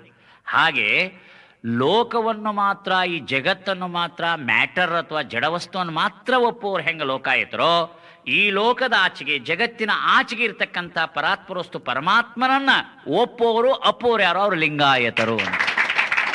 ಲಿಂಗಾಯತ ಅನ್ನೋದು ಬಹಳ ಶ್ರೇಷ್ಠವಾಗಿರ್ತಕ್ಕಂಥ ಪದ. ಅದು ಲಿಂಗವಂತ ಅಂದ್ರೂ ಒಂದೇ, ಲಿಂಗಾಯತ ಅಂದ್ರೂ ಒಂದೇ, ಏನು ವ್ಯತ್ಯಾಸ ಇಲ್ಲ. ಹಣ ಇದ್ದವ ಹಣವಂತ, ಗುಣ ಇದ್ದವ ಗುಣವಂತ, ಬುದ್ಧಿ ಇದ್ದವ ಬುದ್ಧಿವಂತ, ಹಂಗೆ ಲಿಂಗ ಇದ್ದವ ಲಿಂಗವಂತ. ಆಯತ ಅಂದ್ರೆ ಸಂಬಂಧ ಮಾಡಿಕೊಳ್ಳೋದು ಅಂತ, ಆಯತ ಸ್ವಾಯತ ಸನ್ನಿಹಿತ ಅಂತ. ಅಂದ್ರೆ ಈ ದೇವನನ್ನ ಅಥವಾ ಲಿಂಗ ಅಂದ್ರೆ ದೇವರು, ದೇವರನ್ನ ಆಯತ ಮಾಡಿಕೊಂಡವರು ಯಾರೋ ಅವರು ಲಿಂಗಾಯತರು ಅಂತ ಅರ್ಥದ. ಅದು ಬಹಳ ಶ್ರೇಷ್ಠವಾಗಿರ್ತಕ್ಕಂಥ ಈ ಹೆಸರಿರಲಿ ಅಂತ ತಾತ್ವಿಕ ಹೆಸರು ಅಂತಂದಾಗ ಎಲ್ಲರೂ ಬಹಳ ಖುಷಿ ಪಟ್ಟರು. ತೊಟ್ಟಲ್ದಾಗ ಏನು ಹೆಸರು ಹಾಕಿ ತೊಟ್ಟಲ ಮಗು ಹಾಕಿದ್ರಲ್ಲ, ಆ ಮಗುವಿಗೆ ಈ ರೀತಿ ಹೆಸರನ್ನ ಕೊಡ್ತಾ ಇದ್ದಾರೆ. ಅಲ್ಲೊಂದು ಮೂಲೆ ಒಂದು ಮುದಿ ಕೂತಿತ್ತು. ಆ ಮುದಿಕ್ಕಂತ ಯಪ್ಪ ಹಿರಿಯರ ಹೆಸರು ಒಂದು ಇಡ್ರಿ ಅಂತ. ಏನಜ್ಜಿ? ಆ ಅಜ್ಜಿ ಮಾತಾಡ್ದ ಪಾಪ ಇರ್ಲಿ ಏನಂತಾಳ ನೋಡು. ನಮ್ಮ ಹಿರಿಯರ ಹೆಸರು ಒಂದು ಇದೆಯಪ್ಪ. ಏನ ಅಜ್ಜಿ? ವೀರಶೈವ ಒಂದು ಇರ್ರಿ ಅಂತ. ಹೋಲ್ಬಿಡು ಅಜ್ಜಿ ಹೇಳ್ತದಂತ ಅದಕ್ಕೇನು ಮಾಡಿದ್ರು, ಕಾಂಪ್ರಮೈಸ್ ಮಾಡ್ಕೊಂಡು ವೀರಶೈವ ಅನ್ನೋ ಹೆಸರನ್ನು ಕೊಟ್ಟರು. ಆದರೆ ವೀರಶೈವ ಅನ್ನೋ ಹೆಸರು ಹಳಿದು, ಮಗು ಹಳಿದಲ್ಲ, ಮಗು ಹೊಸದು.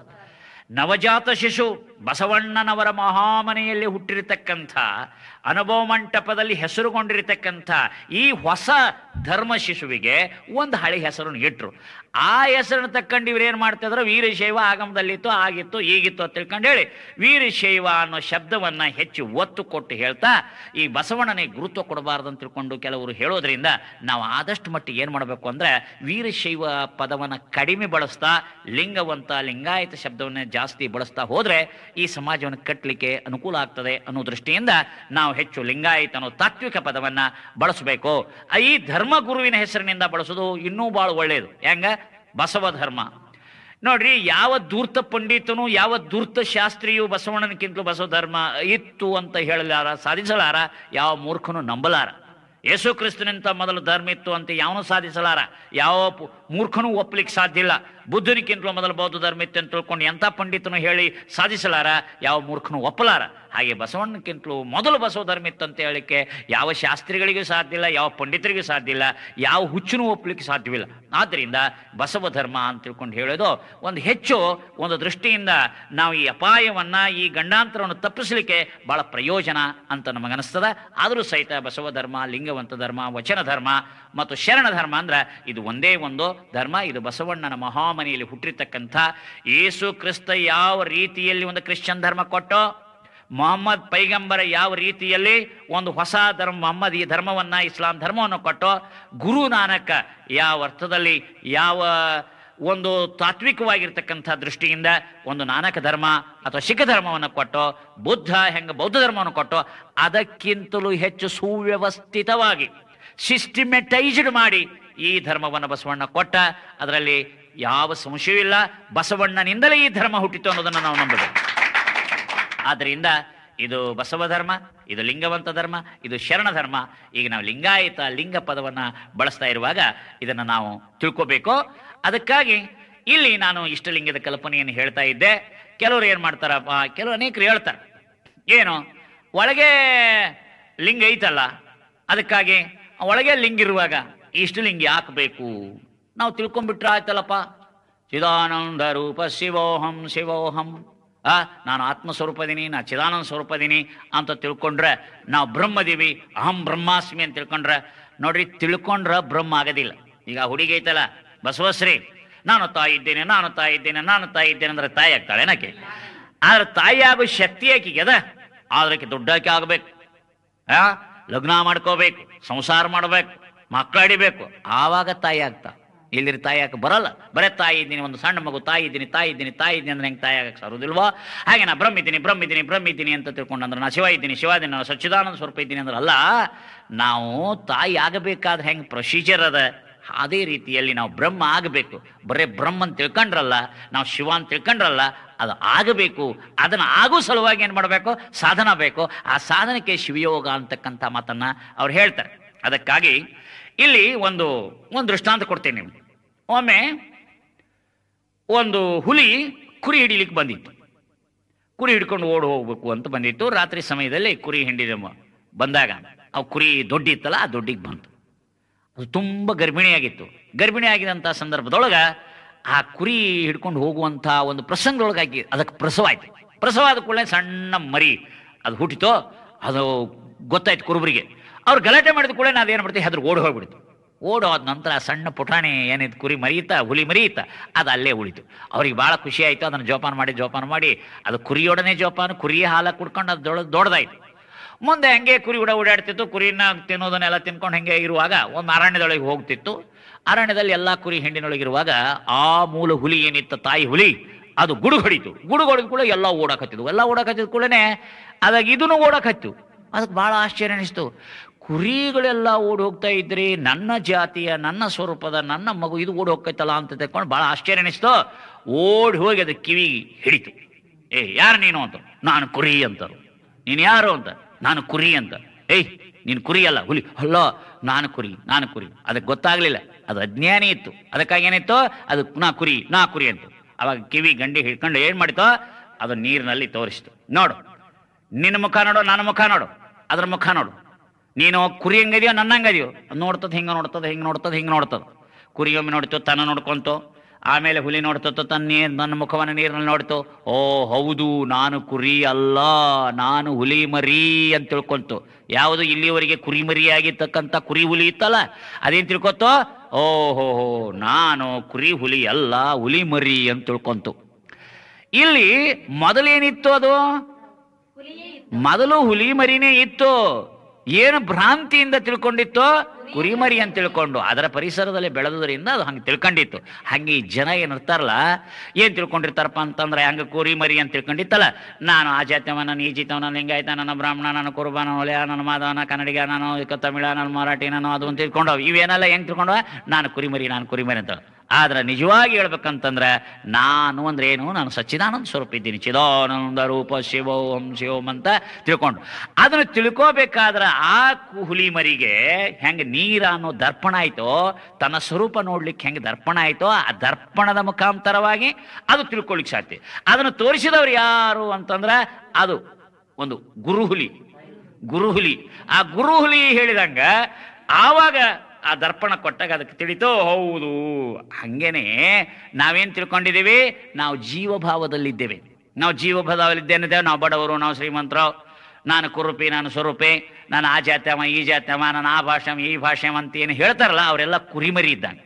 ಆ ಹುಲಿ ಮರಿ ಹೆಂಗೆ ತಿಳ್ಕೊಂಡಿರ್ತಲ್ಲ, ಹಾಗೆ ಇವೆಲ್ಲ ಕುರಿ ಹುಲಿ ಇದ್ದಂಗೆ.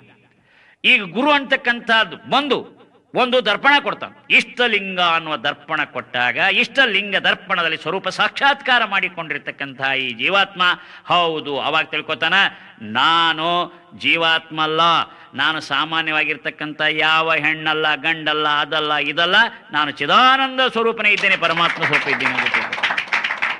ಅದಕ್ಕೆ ಇಷ್ಟಲಿಂಗ ದರ್ಪಣ ಅನ್ನೋದು ಅವಶ್ಯವಾಗಿ ಬೇಕು. ಅದಕ್ಕೆ ಅದು ದರ್ಪಣ ಅಂತ ಶರಣರು ಹೇಳ್ತಾರೆ. ಅದಕ್ಕೆ ಇಷ್ಟಲಿಂಗಕ್ಕೆ ಏನು ಹೇಳ್ತಾರೆ, ದರ್ಪಣ ಅಂತ ಹೇಳ್ತಾರೆ. ಒಬ್ಬ ಬಹಳ ಚಂದ ಹೇಳ್ತಾನೆ, ಏನು, ಪ್ರೋಣಲಿಂಗದ ಪ್ರಸನ್ನ ಮುಖ ಪರಿಣಾಮಿಸಲು ಸುಖ ಕರತೇಜವೆಂಬ ದರ್ಪಣ ಹಿಡಿದಿಪ್ಪರು ನೋಡ, ಗುಹೇಶ್ವರ ಲಿಂಗದಲ್ಲಿ ನಿಜವನೈದಿಯನೆಂದರೆ ಕುರುಹು ಹಿಡಿದು ಕುರುಹು ಗೆಡಬೇಕು ಕಾಣ ಸಿದ್ದರಾಮಯ್ಯ.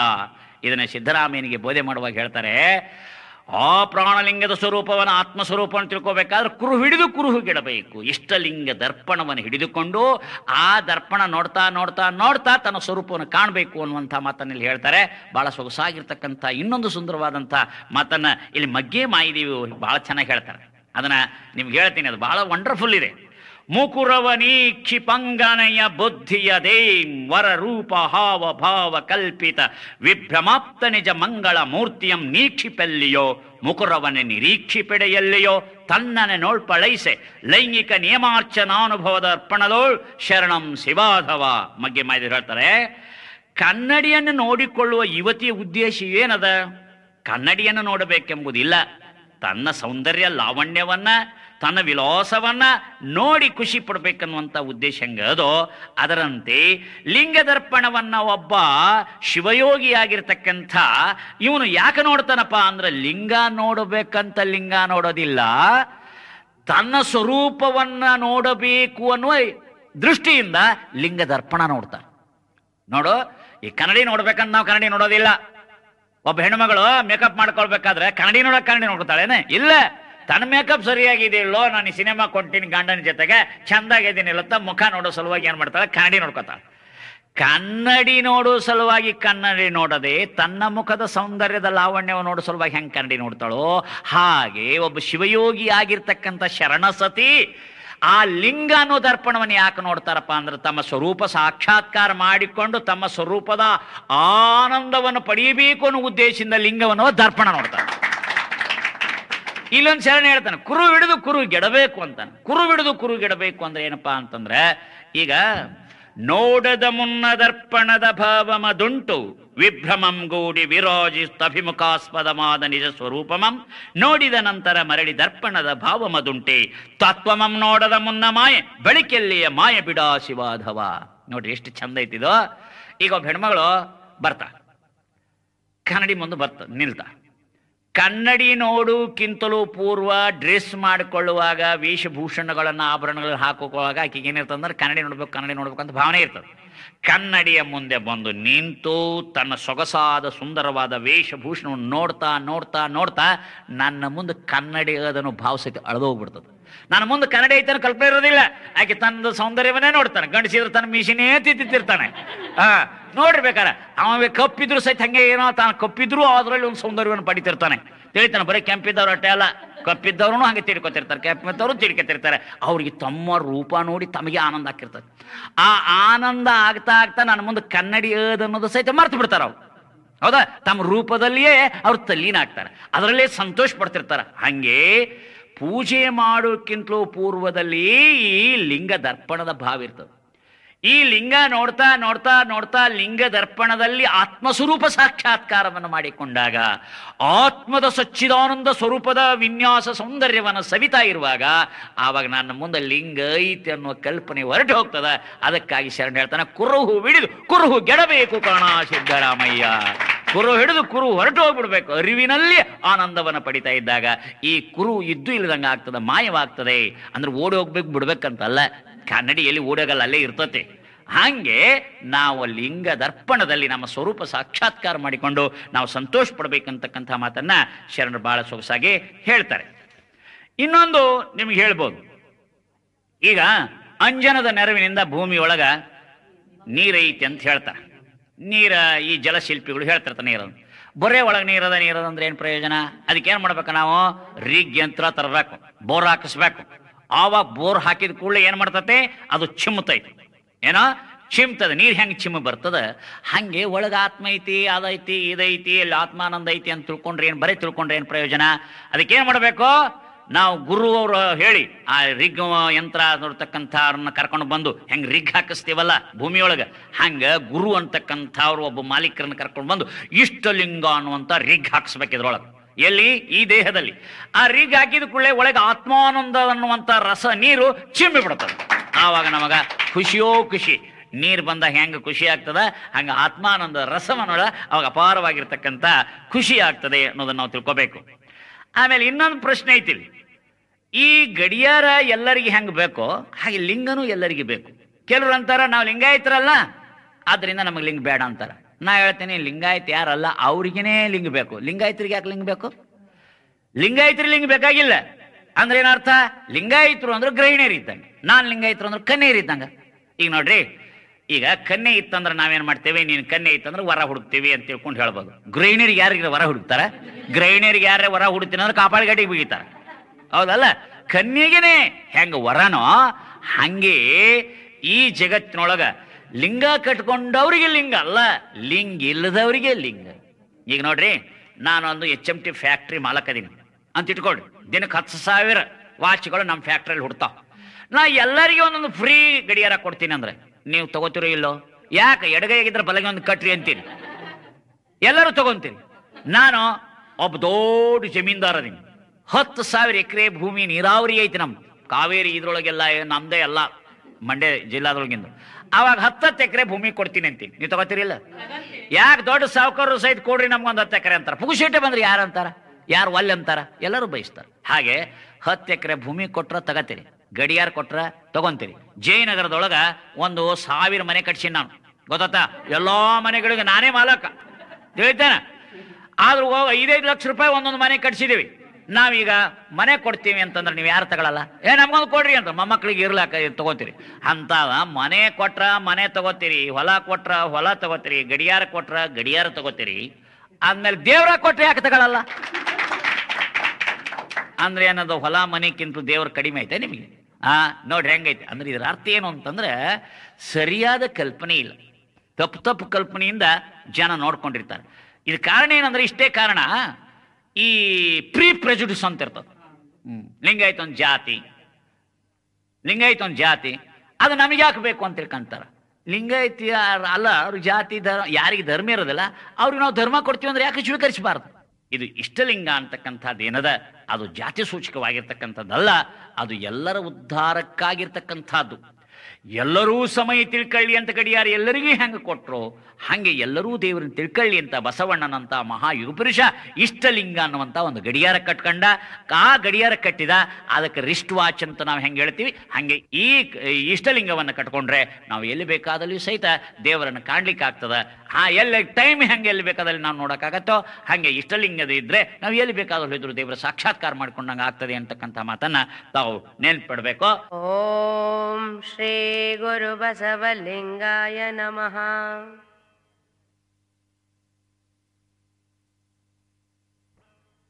ಶರಣ ಬಂಧುಗಳೇ, ತಮ್ಮೆಲ್ಲರಿಗೆ ಶರಣು ಶರಣಾರ್ಥಿ. ತಾವು ಈವರೆಗೆ ಅಪೂರ್ವ ವಾಗ್ಮಿಗಳು, ಕ್ರಾಂತಿಕಾರಕ ಧರ್ಮ ಪ್ರಸಾರಕರು, ವಿಶ್ವಧರ್ಮ ಪ್ರವಚನಕಾರರು, ಧಾರವಾಡದ ಜಗನ್ಮಾತಾ ಅಕ್ಕಮಹಾದೇವಿ ಪೀಠದ ಸಂಸ್ಥಾಪಕರು, ಬೆಂಗಳೂರಿನ ವಿಶ್ವ ಕಲ್ಯಾಣ ಮಿಷನ್ ಚೇರ್ಮನ್ನರು, ಕೂಡಲ ಸಂಗಮದ ಬಸವಧರ್ಮ ಪೀಠಾಧ್ಯಕ್ಷರು ಆದ ಪ್ರವಚನ ಪಿತಾಮಹ ಪೂಜ್ಯ ಶ್ರೀ ಶ್ರೀ ಸದ್ಗುರು ಲಿಂಗಾನಂದ ಮಹಾಸ್ವಾಮಿಗಳವರ ಪ್ರವಚನವನ್ನು ಕೇಳಿದ್ದೀರಿ. ಕೂಡಲ ಸಂಗಮದ ಬಸವಧರ್ಮ ಪೀಠದ ವಿವಿಧ ಯೋಜನೆಗಳಿಗೆ ಜನರಿಂದ ಕಾಣಿಕೆಯನ್ನು ಸಂಗ್ರಹಿಸಲು ಪೂಜ್ಯರು ಈ ಧ್ವನಿ ಸುರುಳಿಗಳನ್ನು ಮಾಡಲು ಒಪ್ಪಿಗೆ ನೀಡಿದ್ದಾರೆ. ಆದ್ದರಿಂದ ತಾವು ಉದಾರ ಮನಸ್ಸಿನಿಂದ ನಿಮ್ಮ ಭಕ್ತಿಪೂರ್ವಕವಾದ ಕಾಣಿಕೆಯನ್ನು ನಾವು ಸೂಚಿಸುವ ವಿಳಾಸಕ್ಕೆ ಕಳಿಸಿಕೊಡಬೇಕಾಗಿ ಕೋರುತ್ತೇವೆ. ಬಸವಧರ್ಮ ಪೀಠ, ಮಹಾಮನೆ ಮಹಾಮಠ, ಕೂಡಲ ಸಂಗಮ, ತಾಲ್ಲೂಕ್ ಹುನಗುಂದ, ಜಿಲ್ಲಾ ಬಿಜಾಪುರ. ಇನ್ನೊಮ್ಮೆ ಕೇಳಿ: ಬಸವಧರ್ಮ ಪೀಠ, ಮಹಾಮನೆ ಮಹಾಮಠ, ಕೂಡಲ ಸಂಗಮ, ತಾಲ್ಲೂಕು ಹುನಗುಂದ, ಜಿಲ್ಲಾ ಬಿಜಾಪುರ. ವಿಶ್ವಗುರು ಮಂತ್ರಪುರುಷ ಬಸವಣ್ಣನವರು ತಮಗೆಲ್ಲ ಆಯುರಾರೋಗ್ಯ ಭಾಗ್ಯ ಸಕಲ ಸಂಪದವನ್ನು ನೀಡಲೆಂದು ಹೃತ್ಪೂರ್ವಕವಾಗಿ ಹಾರೈಸುತ್ತೇವೆ. ಜೈ ಗುರು ಬಸವೇಶ, ಹರ ಹರ ಮಹಾದೇವ್. ವಿಶ್ವ ಗುರು ಬಸವೇಶ್ವರ ಮಹಾರಾಜ್ ಕಿ ಜೈ.